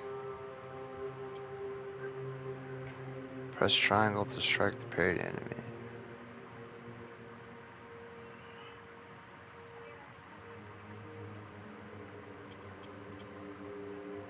Auto collect, loot an enemy automatically after a stealth kill or assassination. Enkidu's view reveals keys and highlights opportunities like chests with a glow. Secret entrances are also easier to discover. Let's go with the combat first.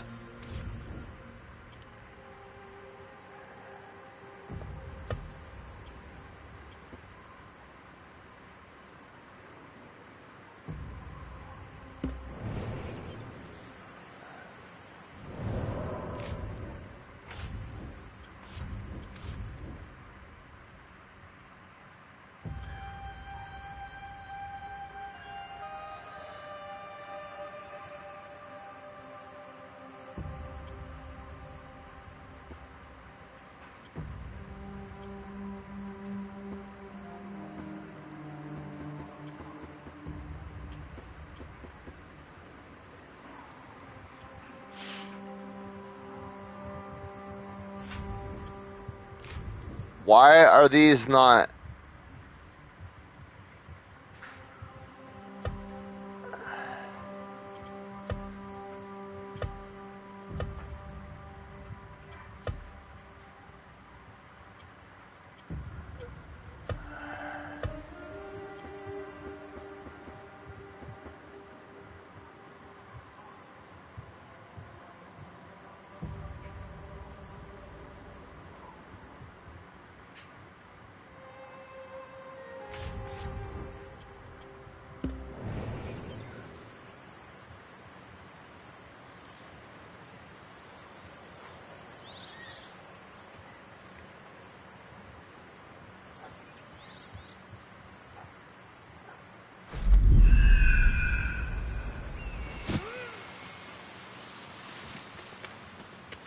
Assalamu alaikum, Abbas. I must see Al-Hassan. He awaits me.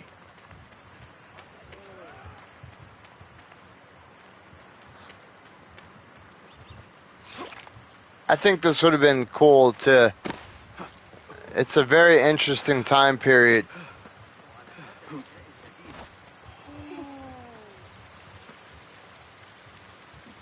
How are you feeling on this auspicious day? It is strange, Al-Hassan. My head is calmer than I believed it would be. I thought I would be a stormy sea inside. But I am calm and quiet. Because you have dedicated yourself to your training and left nothing to chance. Give me 1 second, you guys. I gotta get a Red Bull. Here, Bassa. You have earned this. It is a great honor. I suspect you understand that. Roshan and the others are waiting for me. Down. And thank you, Al-Hassan.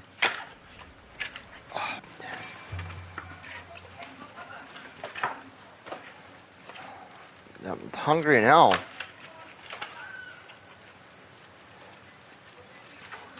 That's what I'm doing. I'm starving.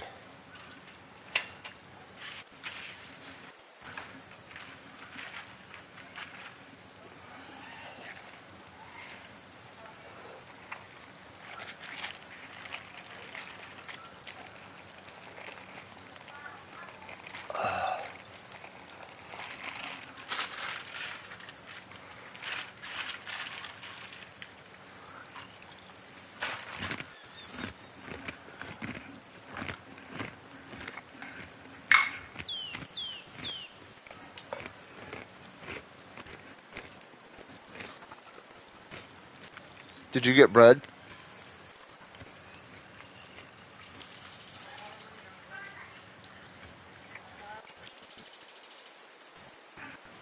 We need to start regulating the boys' eating habits because they're just eating out of boredom.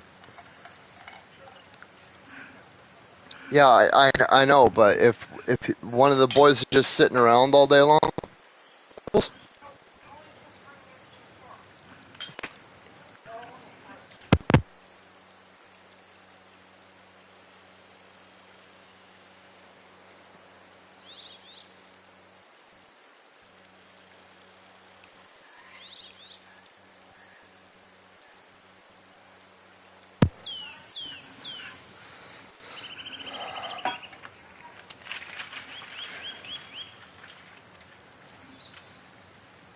I'm gonna have to get you some peppers next time you make jerky. You can make me some hot pepper jerky.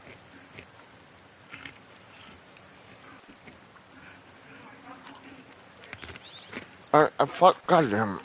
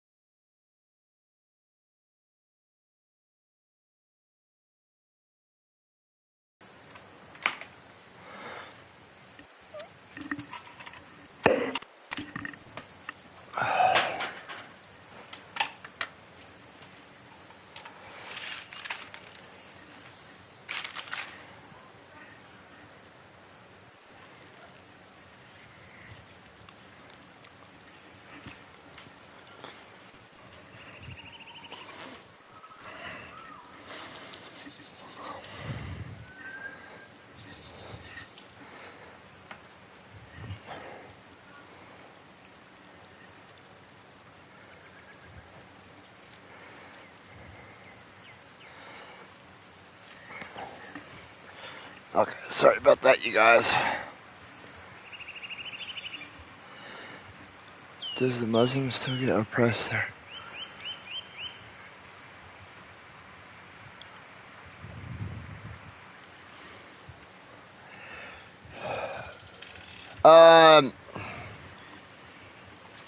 Dude, everybody mocks everybody here. That's just how America is.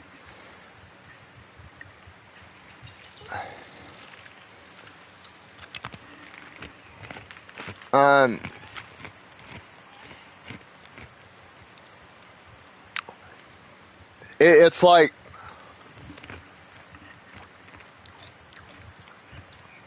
how do I put this?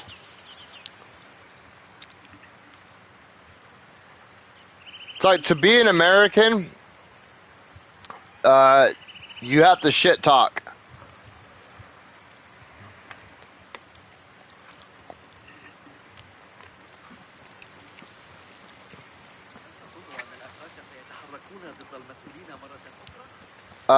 Watch a movie called Gran Torino. And there's a scene where Clint Eastwood takes the kid to the barber for the first time. And he teaches him how to talk. That is the perfect way I have seen the American male and like how our culture is. And granted, not everybody's like that. But thank you for this lesson. We as Americans are a country like very based in ego. We want the biggest, we want the strongest, we want the fastest, we want the smartest. You know what I mean? And shit talking in our country is seen as you know how like boxers will spar with each other to, you know, keep their skills up. And you know what I mean? It affords them an opportunity to practice. Well, in America, shit talking it's kind of the same thing. Now, granted, there are people out there that are just assholes. But for the most part,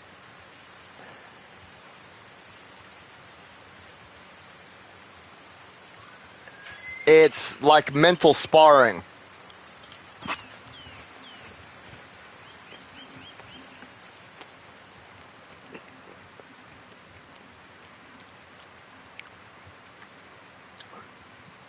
And here in America, we make fun of everything. We make fun of religion. We make fun of finances. We make fun of people, homes, bad situations. It's like a rite of passage almost. Dave Chappelle said it the best.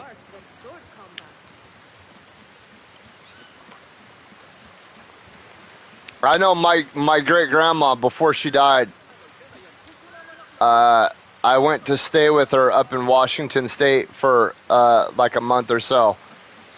And she told me all about when she first came over here from Italy and all that.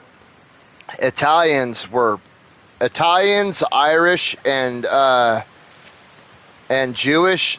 Dude, we were all persecuted. Italians and Irish had it the worst. Ready to make the leap. I wish you to know it has been an we lived in Italians, Irish, and Scottish. I am grateful to you for leading the way before me. I am honored. Come, your new robes await.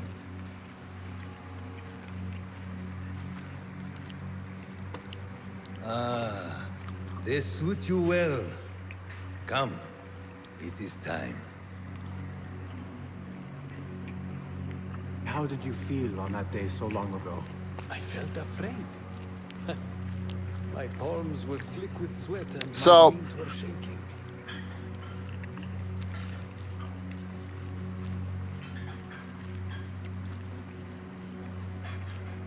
America used to be a country that took pride in how tough it was. Allow me to share a secret with and you on this important day.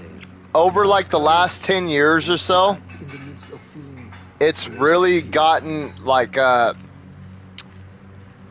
want to say wussified with the with the invention of the keyboard warrior and the microphone Tysons, it's changed a lot. Like, it's hard to explain. Like I said, there could just be some genuine assholes out there. When I was a kid, I was overweight. I was way overweight. I was a big boy. When I was in 5th grade, I was like 130 pounds. Like I was fat. And for the most part, nobody really cared. But there were a few assholes that made it a point every day to point out how fat I was. Ibn Ishaq, are you ready to leave your life behind and walk the path of shadows? I am. Are you ready to give up who you once thought you were? Ready to sacrifice everything you held close?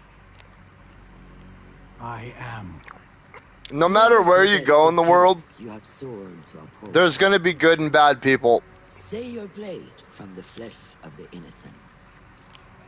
Hide in plain sight. Never compromise the Brotherhood.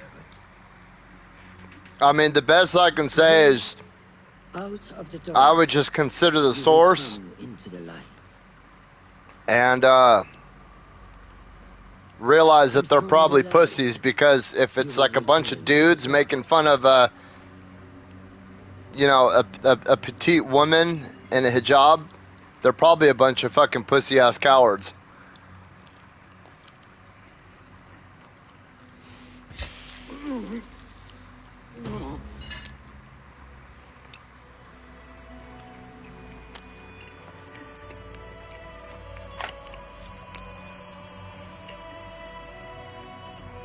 Basim ibn Ishaq, you now follow in the Eagle's path.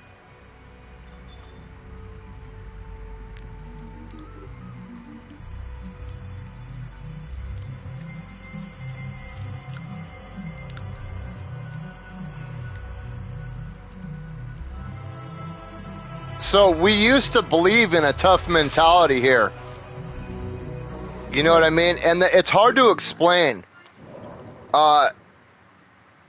And one of the best ways I can, you know what I mean? Like, me and all my friends are sitting there joking, and we just make fun of each other all day long. Tell each other to go suck a dick, or, you know what I mean? It's just, we're constantly taking shots at each other.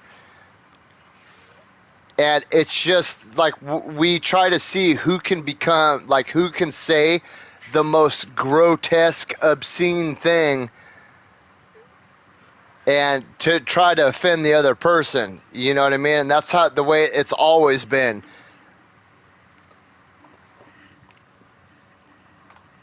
It like, usually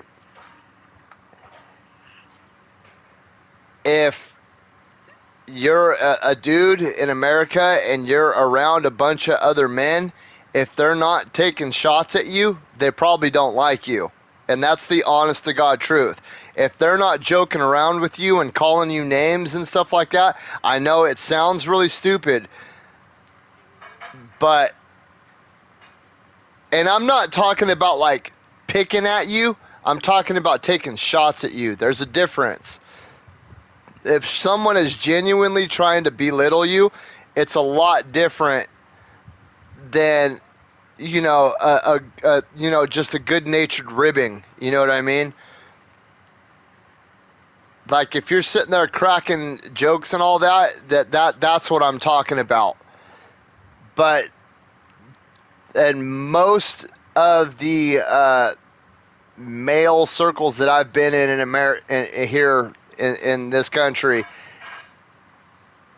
if people aren't talking shit with you, odds are, and these are very big odds, they do not like you and they don't want anything to do with you.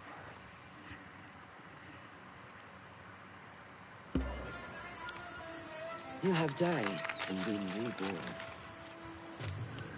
Now, fight me as your equal.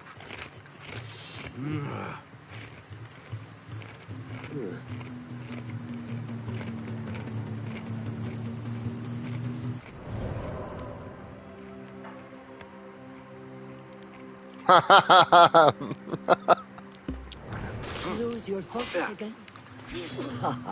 Well done. Take that! I don't remember teaching you that. I keep hitting circle.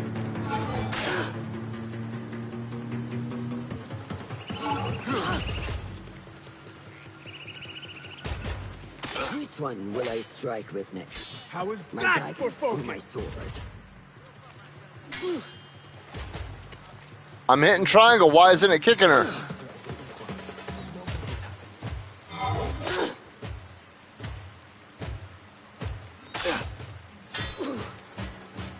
Dude, why isn't it kicking her? There we go.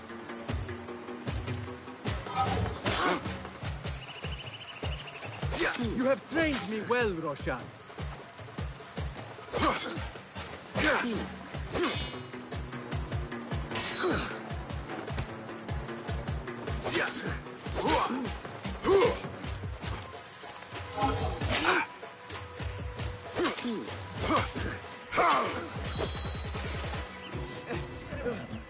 ساعدوني. نور.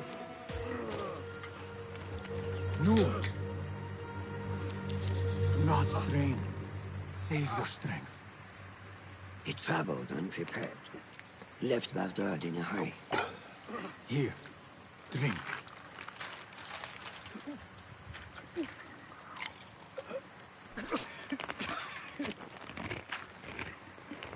Ali. He is gone. They took him in the night. They? The Order.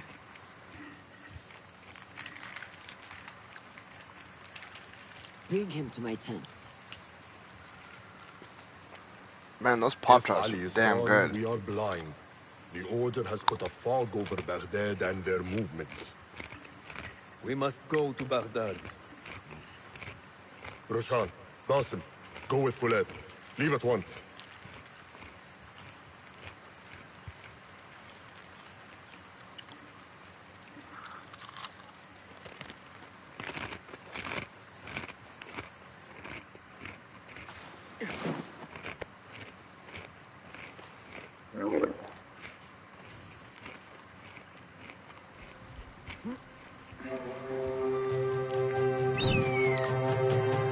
I would actually like to learn Arabic.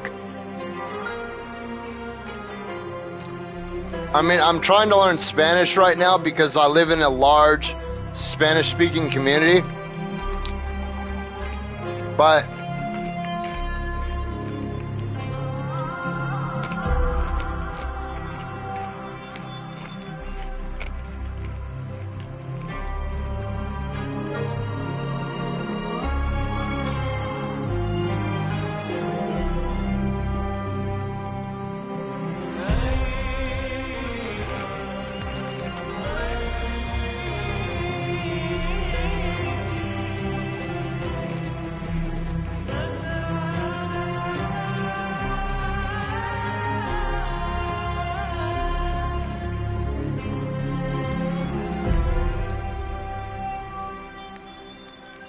camels are such wild creatures, dude.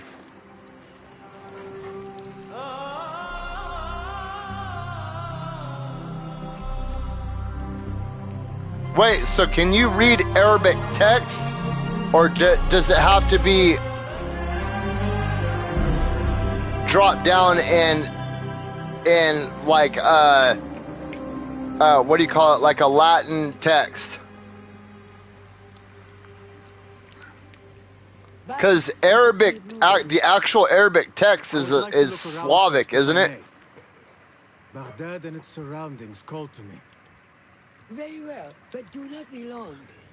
There will be much to do once we reach Harbiya. Look for a lattice-covered courtyard near Shah's mosque. That is where... Or it not Slavic, it's like a descendant of Slavic.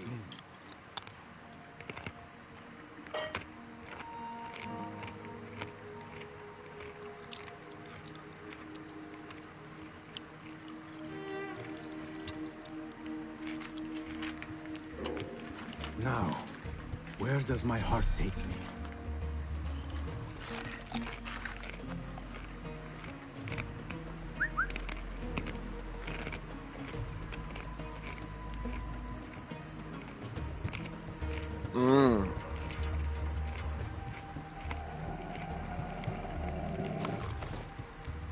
No, but what I'm asking is,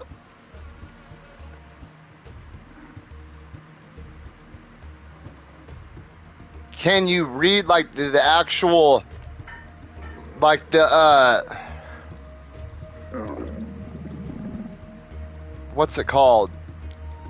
Where it's not the letters, it's the like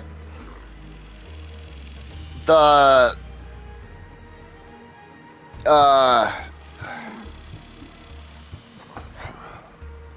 damn it, what's it called?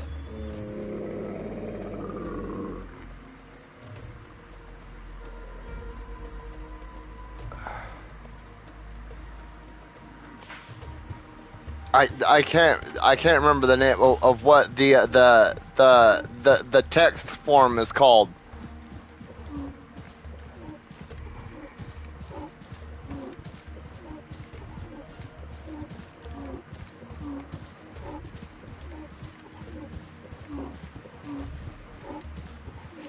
No, not the actual words, but the way that the language looks with like the slants and the there's a name for it. You know how like so in the game it'll be translated, but when they spell out like Assalamu Alaikum, they'll actually use like A and S and M and you know and all that. Like, can you read actual like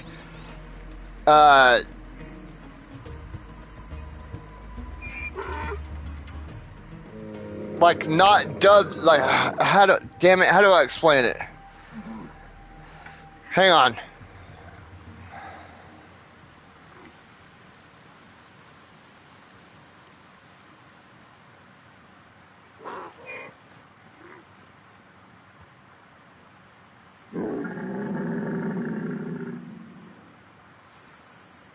Like that,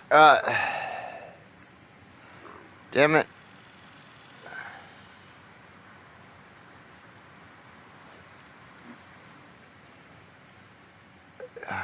Like that right there. Can you see that? Like that like the actual text. There's a name for it, but I can't remember what it's called.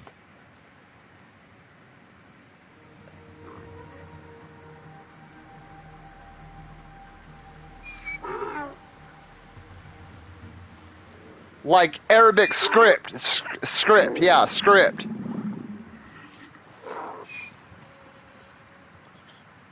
Because you know how, like, if you learn Mandarin, they'll translate the words with English letters.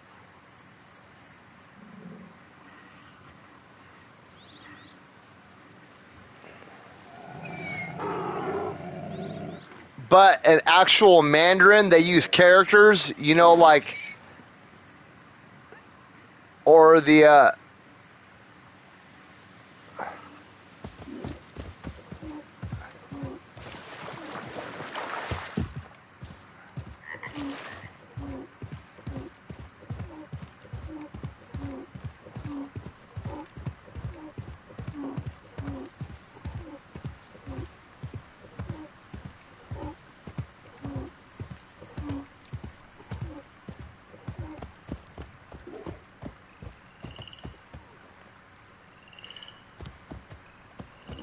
so that was what was getting me with Arabic.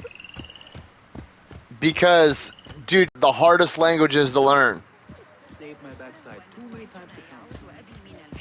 Oh, and English. English is one of the hardest languages to learn. Because English is a stupid fucking language. 2, 2, and 2 is 2, 2, 2, or is 2, 2, 2, 2? Is it 2, or is it 2, 2? Is it 2, or 2, 2? Is it 2, or 2, 2? It's so fucking stupid. Such familiar sights. So if this is door, Things once again. more should be M-O-O-R, right? No, that's moor. It wasn't Sajjad that led the charge into Mirage. It was me.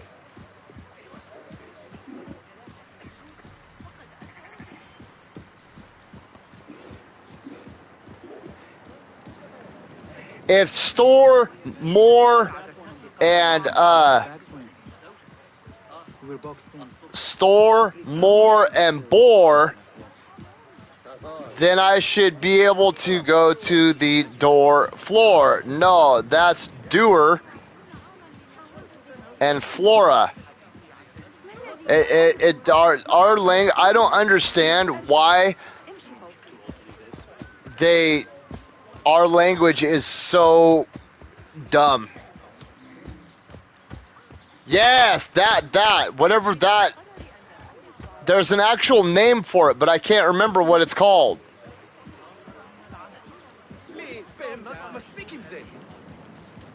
But think about it. In English, bomb, it's not bomb, it's bomb. Bomb. Bomb. It's not bomb. The B is silent. The second B is silent. But there's also bomb. B-A-L-M. Like lip balm. So you have bomb and bomb. Okay? What is it? Is it lip balm or is it an explosive bomb?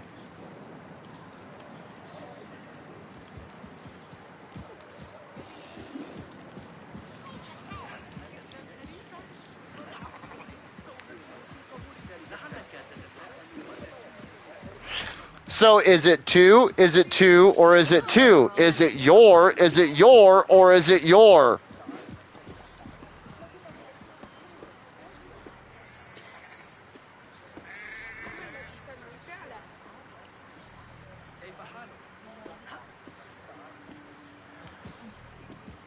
So there's 3 twos in the English language. There is the number 2, T-W-O, two. Okay? There is,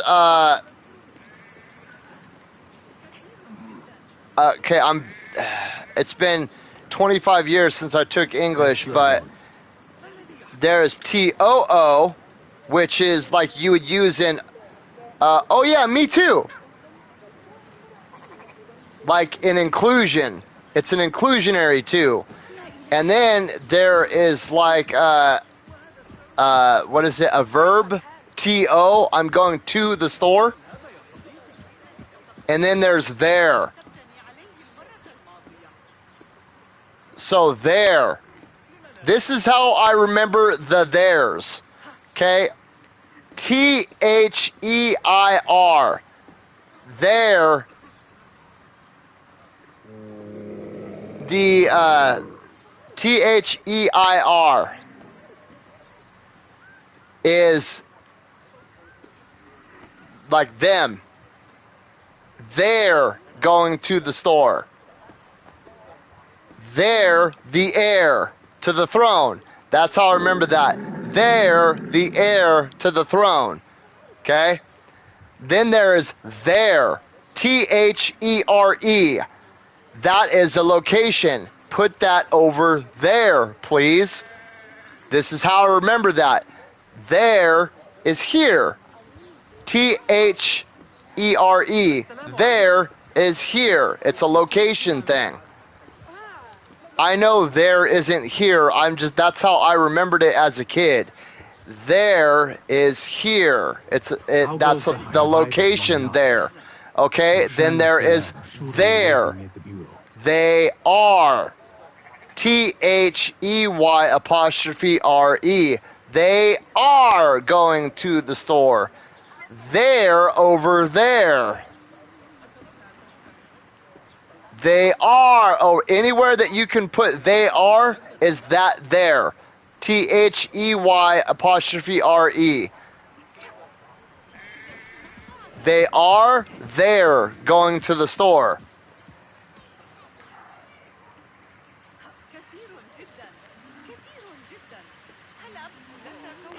And then the 2, everybody knows TWO. It's the number.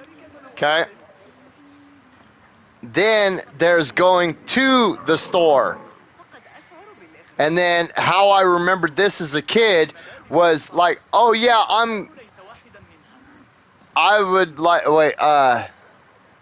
oh yeah, he talked to me too. It's like also.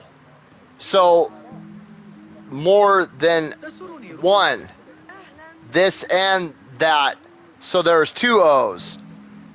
It's a numbers thing, because if you say me too, that would be like him or her and me. Or it would be like you and I. So it's more than one, it's 2 O's. I know it sounds dumb, but you know, being a 5-year-old kid, that's how I remembered this shit. Can you explain to me what happened with the vizier? No, not the new vizier. And then I before E except after C. That's a bunch of bullshit.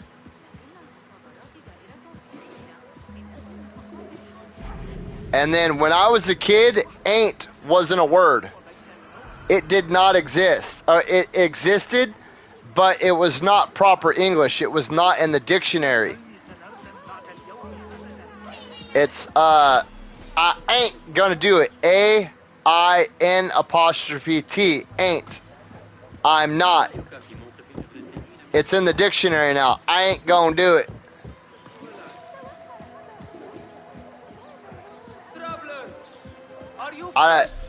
English is a very hard language. I need your help, my friend. I even struggle with English, now as an adult, because there is so many, just like Spanish. When I'm at work, I work with El Salvadorians, I work with Peruvians, I work with Puerto Ricans, I work with Central Americans, I work with Mexicans, I work with Brazilians. You know what I mean? I work with Sinaloans. They all speak a different dialect of Spanish. There's los otros and vosotros and all these different things like that. You can tell the El Salvadorians, they say like puto verga, verga. Verga. ¿Qué pasa la verga? Verga. They say verga a lot, which is dick in Spanish, but they say it. It's like a part of their like slang dialect. And there's like no mames way. That's like the Mexicans. Which is, there is a big difference between Mexican Spanish, Spaniard Spanish, Peruvian Spanish, Brazilian Spanish. It's just like in America. If you're in California, especially like in the Sacramento area, we started this word called hella. Hella. Hella. That's hella cool.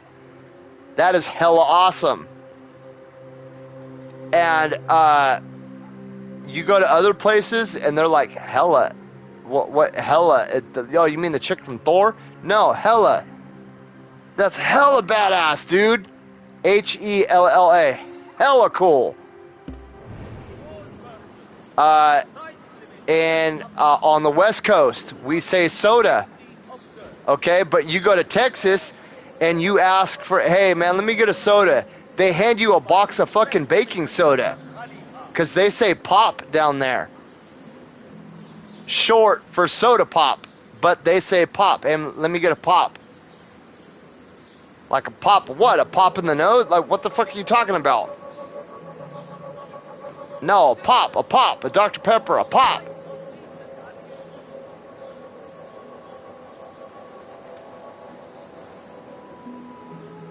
Language to me is just, it's a trippy thing. It's a really trippy thing.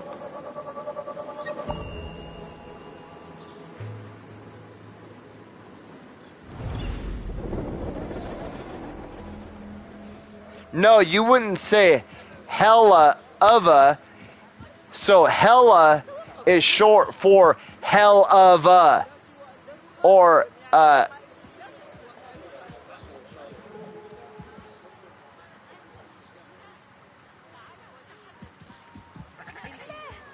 it's not even short for hell of a. It's just hella. That's what we say is hella. If you ever come to California, you better add hella to your vocabulary, because that's just, it's what we say here. That's hella badass, dude. Or that's so sick. If you're in America and you hear a person that's between the age of, I want to say, probably 20 and 40, if you hear them say something sick, that means it's awesome. That's really cool. That's so fucking sick, dude. That vessels and their contents must be kept covered against flies. Or that shit is ripping. You know who you are. Let not pestilence taint your wares and defile your product.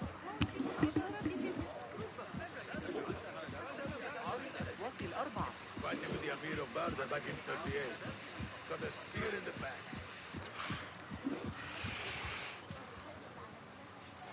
I think language it's a really cool thing though. It's a really cool thing. I need to start pushing myself to learn other languages. Because while I was in prison, one of the things I really learned was important. Remember my uncle got... Don't ever put at the end of a sentence. My wife jumps my shit for this all the time. Like, where do you want me to put this at? That is what's called a dangling participle. You would say, where do you want me to put this? When you say, where do you want me to put this at? It's like a double negative. You're already explaining that there's an object and a location. Or you're already asking about an object and a location. When you say at, you're basically saying location twice. Where and at are both location words.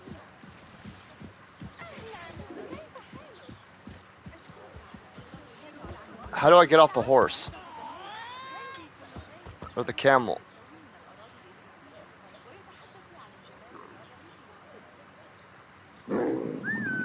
What do you see? How do I get off the camel?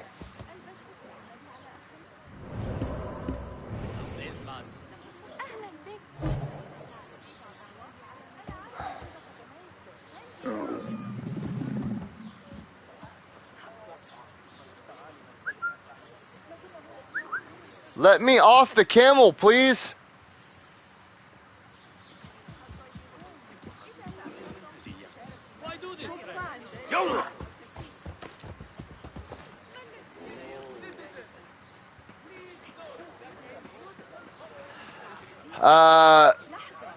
When I was a lot younger, I consumed copious amounts of mind-altering substances that destroyed my mind.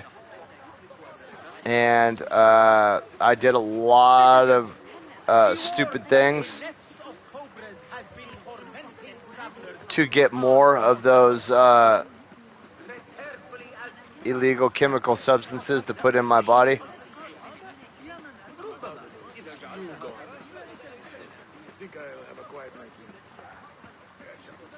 Like, I used to boost from stores a lot. Like Target, Walmart, CD stores. Most of my 20s. From the time I turned 18 until about 24, I spent most of that time in jail and prison.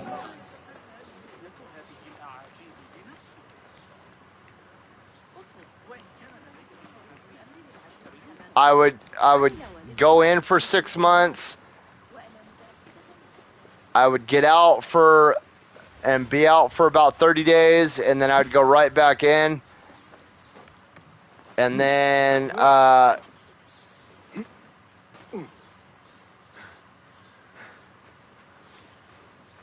the first time I got sentenced to prison, I got sentenced to 16 months in prison for having a dirty drug test. Laws have really changed since I was a kid. When I was a kid, an ounce of pot was a felony. Now you won't even get a ticket for it. It's all legal now. Methamphetamine, cocaine, and heroin. Anything more than 3.5 grams was a felony.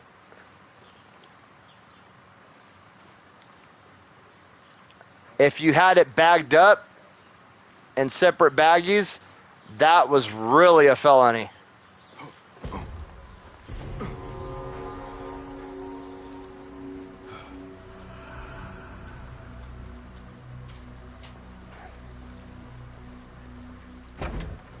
But I got sentenced to 16 months in prison because I was on probation and I had a dirty drug test, so I got 16 months for that. And then Whatever space we settle, all that's important is that our occupancy remains a secret. I got sentenced to, while I was in prison, I got another charge filed on me. Nothing hinting at Ali's for however, transportation with intent to distribute narcotics. is one of Ali's closest allies within the rebel collective. Fuck no. The American prison system is a joke. See if he's in the area. It is a joke. There is no rehabilitation at all whatsoever. The American prison system is designed and engineered to keep you in the system. In fact, they create such environments to institutionalize you. We still segregate in our prison system in California. So the California prison system, or CalPIA, really promotes racial divide. White people aren't allowed to eat after black people. Black people aren't allowed to. Well, black people can eat after white people, but if you're a white person and you get caught eating after a black person, you will get stabbed.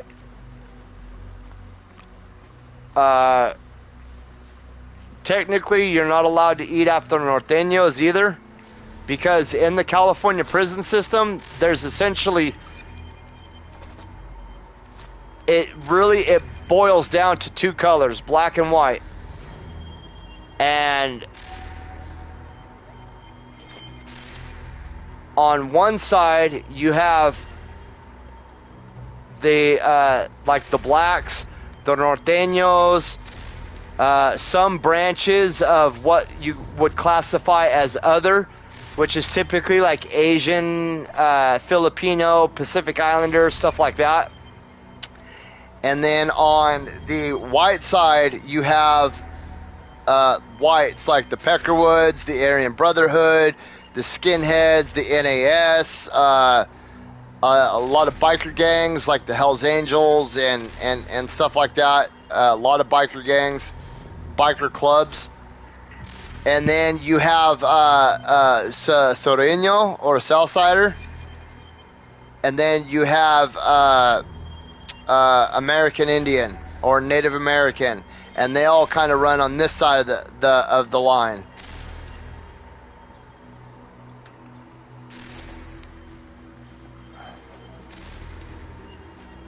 It's really fucking stupid.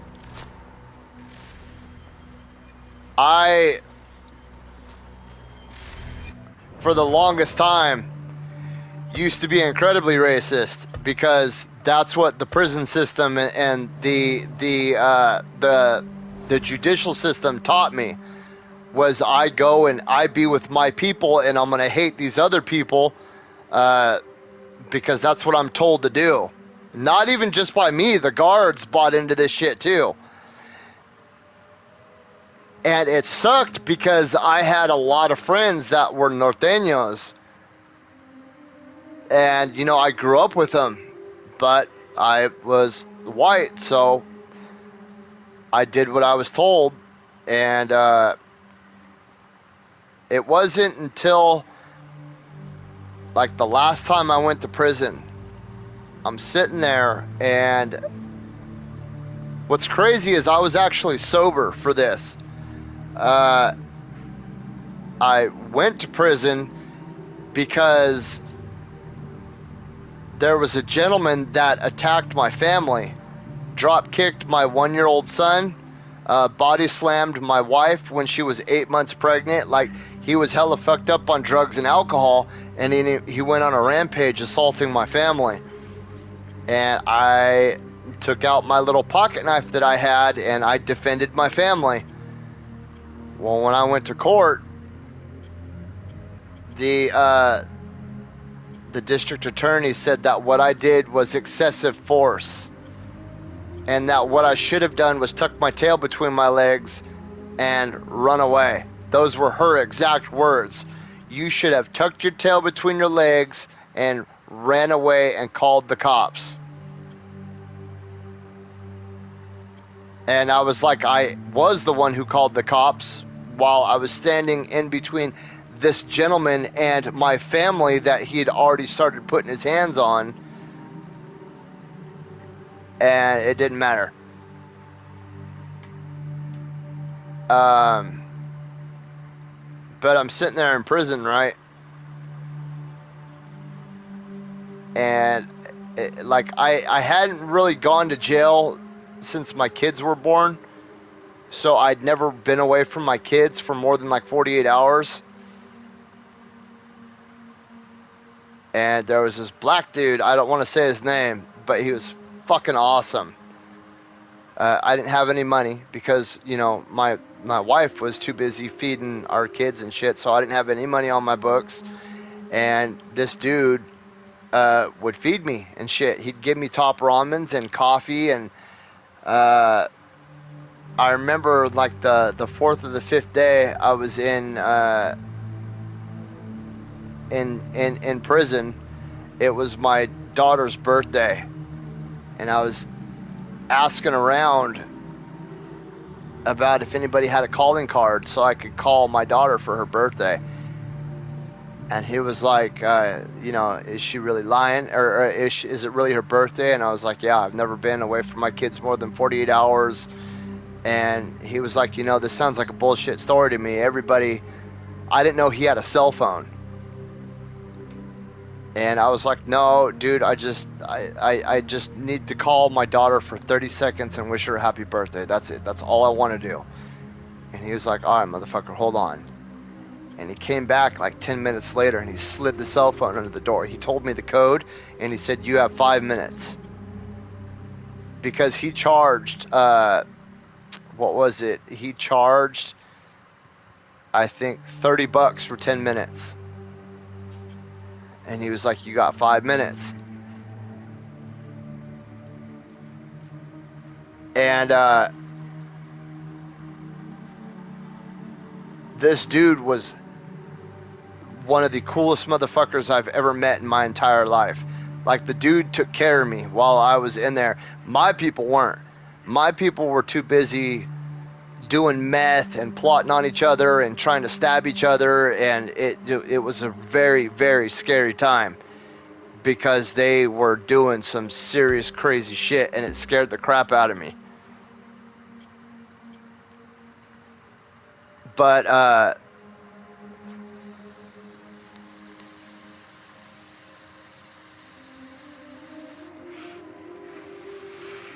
I will never ever forget that dude.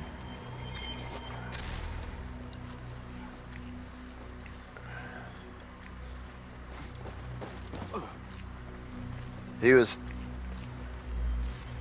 fucking right. He used to come up and talk to me, right? Because he had a daughter that was about my daughter's age. And I remember, and I know this is going to sound racist, but this is just facts. When he was around his people, because he was a shot caller for the blacks on that wing, right? Shot caller is like the boss of everybody. And he would talk like you know, like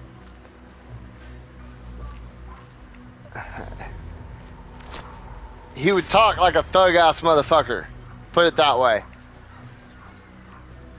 But when he'd come up to me in my cell, he would like get up to the crack in the door because he was a porter. So he got to walk around the wing all day long.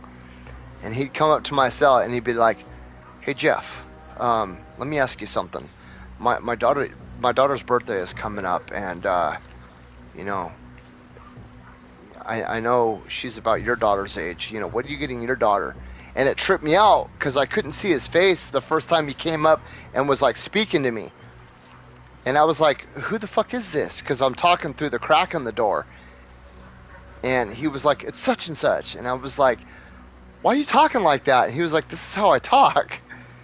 And I was like, "Well, why the fuck you talking like that?" And he was like, "I got to keep up appearances." He's like, "If these motherfuckers know I talk like you, you know what I mean? They're not going to respect me." And I was like, I'm not going to question your shit. But,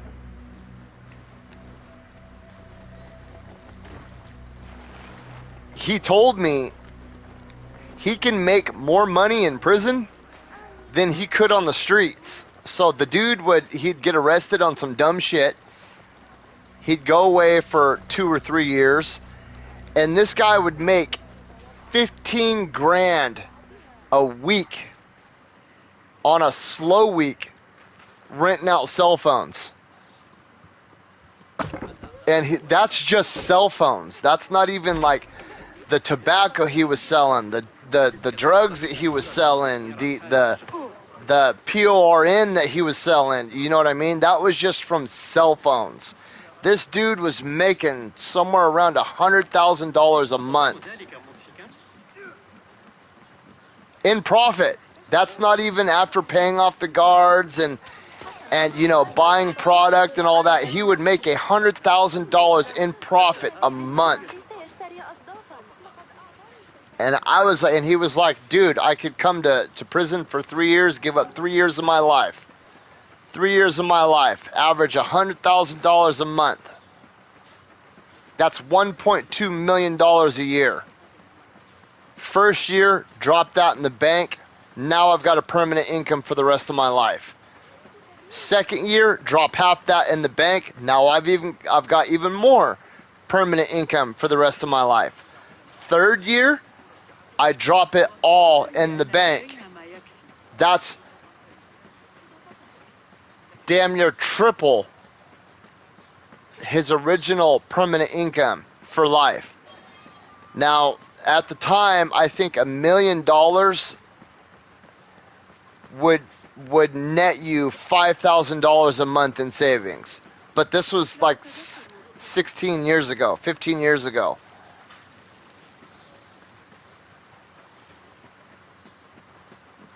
PayPal. They would PayPal the account. So he would be on a phone with his wife. And like say if I was buying some tobacco from him, I would be on another phone with my wife, which I mean, he didn't make me pay for it because I held all his shit. Because the guards never touched my cell because my cell was fucking immaculate. The guards wouldn't touch my cell. There were only 2 guards on the staff that were allowed, not per my rules either. Per the staff's rules, there were only 2 guards that were allowed to come in and search my cell because of how clean my cell was. And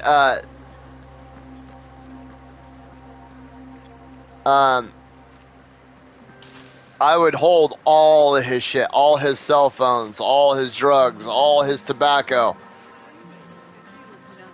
and he let me have shit for free. Like, I didn't use drugs at the time, and I remember I was talking to him through the door one day because I was a night porter, or I was he got me a job as a daytime porter for the whites, and I was talking to him through the cell, and my son's birthday was coming up, and he slid a big chunk of speed under the door at me. And he was like, hey man, there you go. He's like, this is just, me taking care of you. And I was like, come on man, you know I can't take that. You know I don't get high. And he was like, I know you don't. But he was like, there's $300 worth of meth right there, and I know the dude up in 308 draws some badass cards, and your son's birthday is coming up. And I was like, oh shit, I didn't even think about that.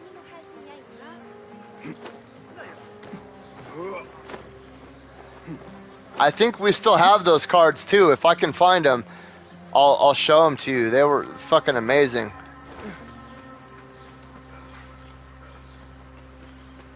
The dude did like this Mickey Mouse in a prison jumpsuit, and Minnie was like on the outside of the bars with like a birthday cake and like a file sticking out of it. Like, it was super cool.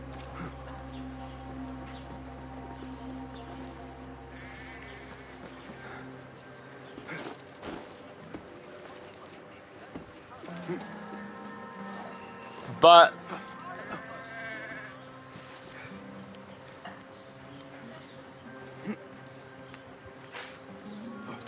that part of my life is over. Dude, I'm just like enthralled with the beauty of this world.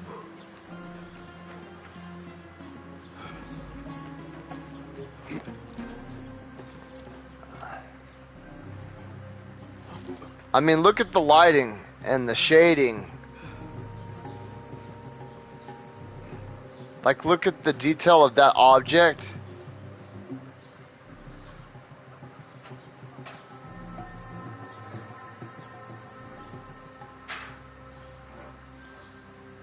That's... Okay. Run towards a pole and press X.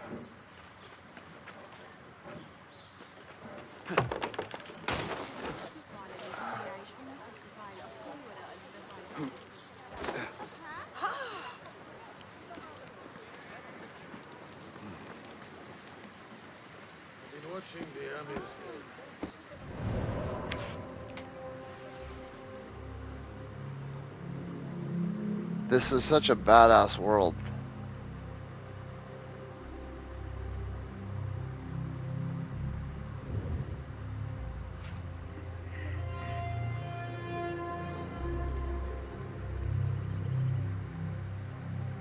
No. That's not allowed on Gen Pop yards. I know that there's a lot of jokes and stuff. That's all. People always ask me those kind of questions too, and that's just shit that you see in the movies. Most people that you see in prison are doing anywhere from 2 to 15 years, right? And your wife can come and visit you while you're in prison if you're a low enough level. If you can get, because in California we work on a level system. There's 0, 1, 2, 3, and 4, and you go off a point system, and your crime will give you a certain amount of points, right? And if you're above a 180, I mean, you're on a dangerous ass yard. But if you're like on a level 2 or a level 1 yard, or a level 0, which is called a ranch, which has no fences, it's easy time, super easy time. Motherfuckers have like CD players and TVs and PSPs and everybody's got a cell phone. It's just easy time. It's like a vacation. But I mean, most of the guys are hooking up with the nurses and the female guards, or they're getting a homegirl to have like a fake marriage so she can come and visit him and they can go to the boneyard, and that all that stuff that you see in the movies, like 90% of that's not true. Now, is there homosexual acts that happen in prison? Yeah, but and I don't know how it is in other states, but I know in California, if, like, let's say if a white man were to vape another white man, the person doing the action would probably be unalived.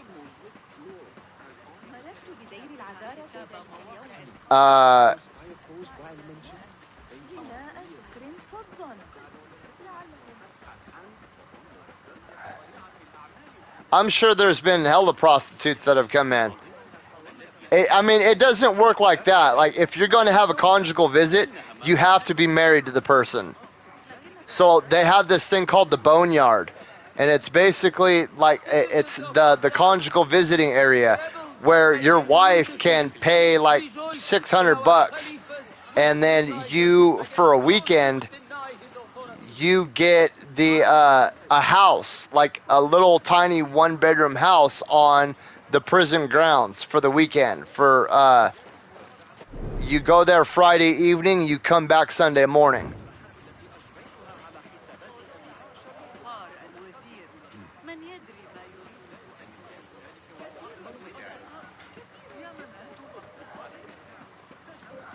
I've never got to do that because I've never officially been married. Like, even my wife and I, we're not officially married because I don't support government involvement in marriage. Like, on paper, we're not married, but, we're married. Because I don't think the government should be able to come in and know what my business is or who I'm married to or who I lay down in bed with. You ever been down to Abdullah? You'd like it there. You got a nice bit of land up the far road.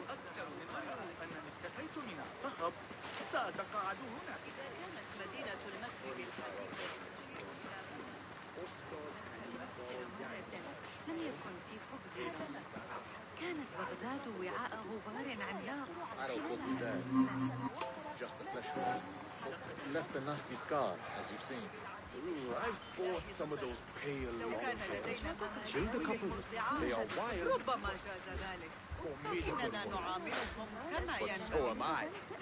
عن خلال معاملة 4 days.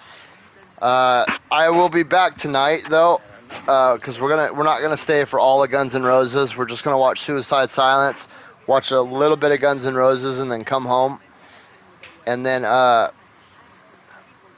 took tomorrow off too because by the end of this, dude, my feet are destroyed. So I'll be on and off all day tomorrow.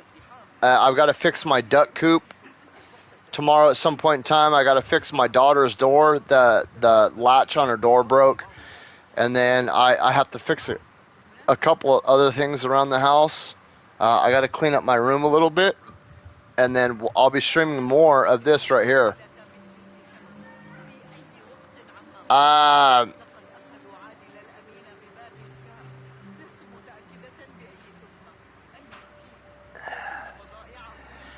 I'm not going to talk about policies, but to be honest, I despise Biden. Not because of his policies and not because the things that he's done.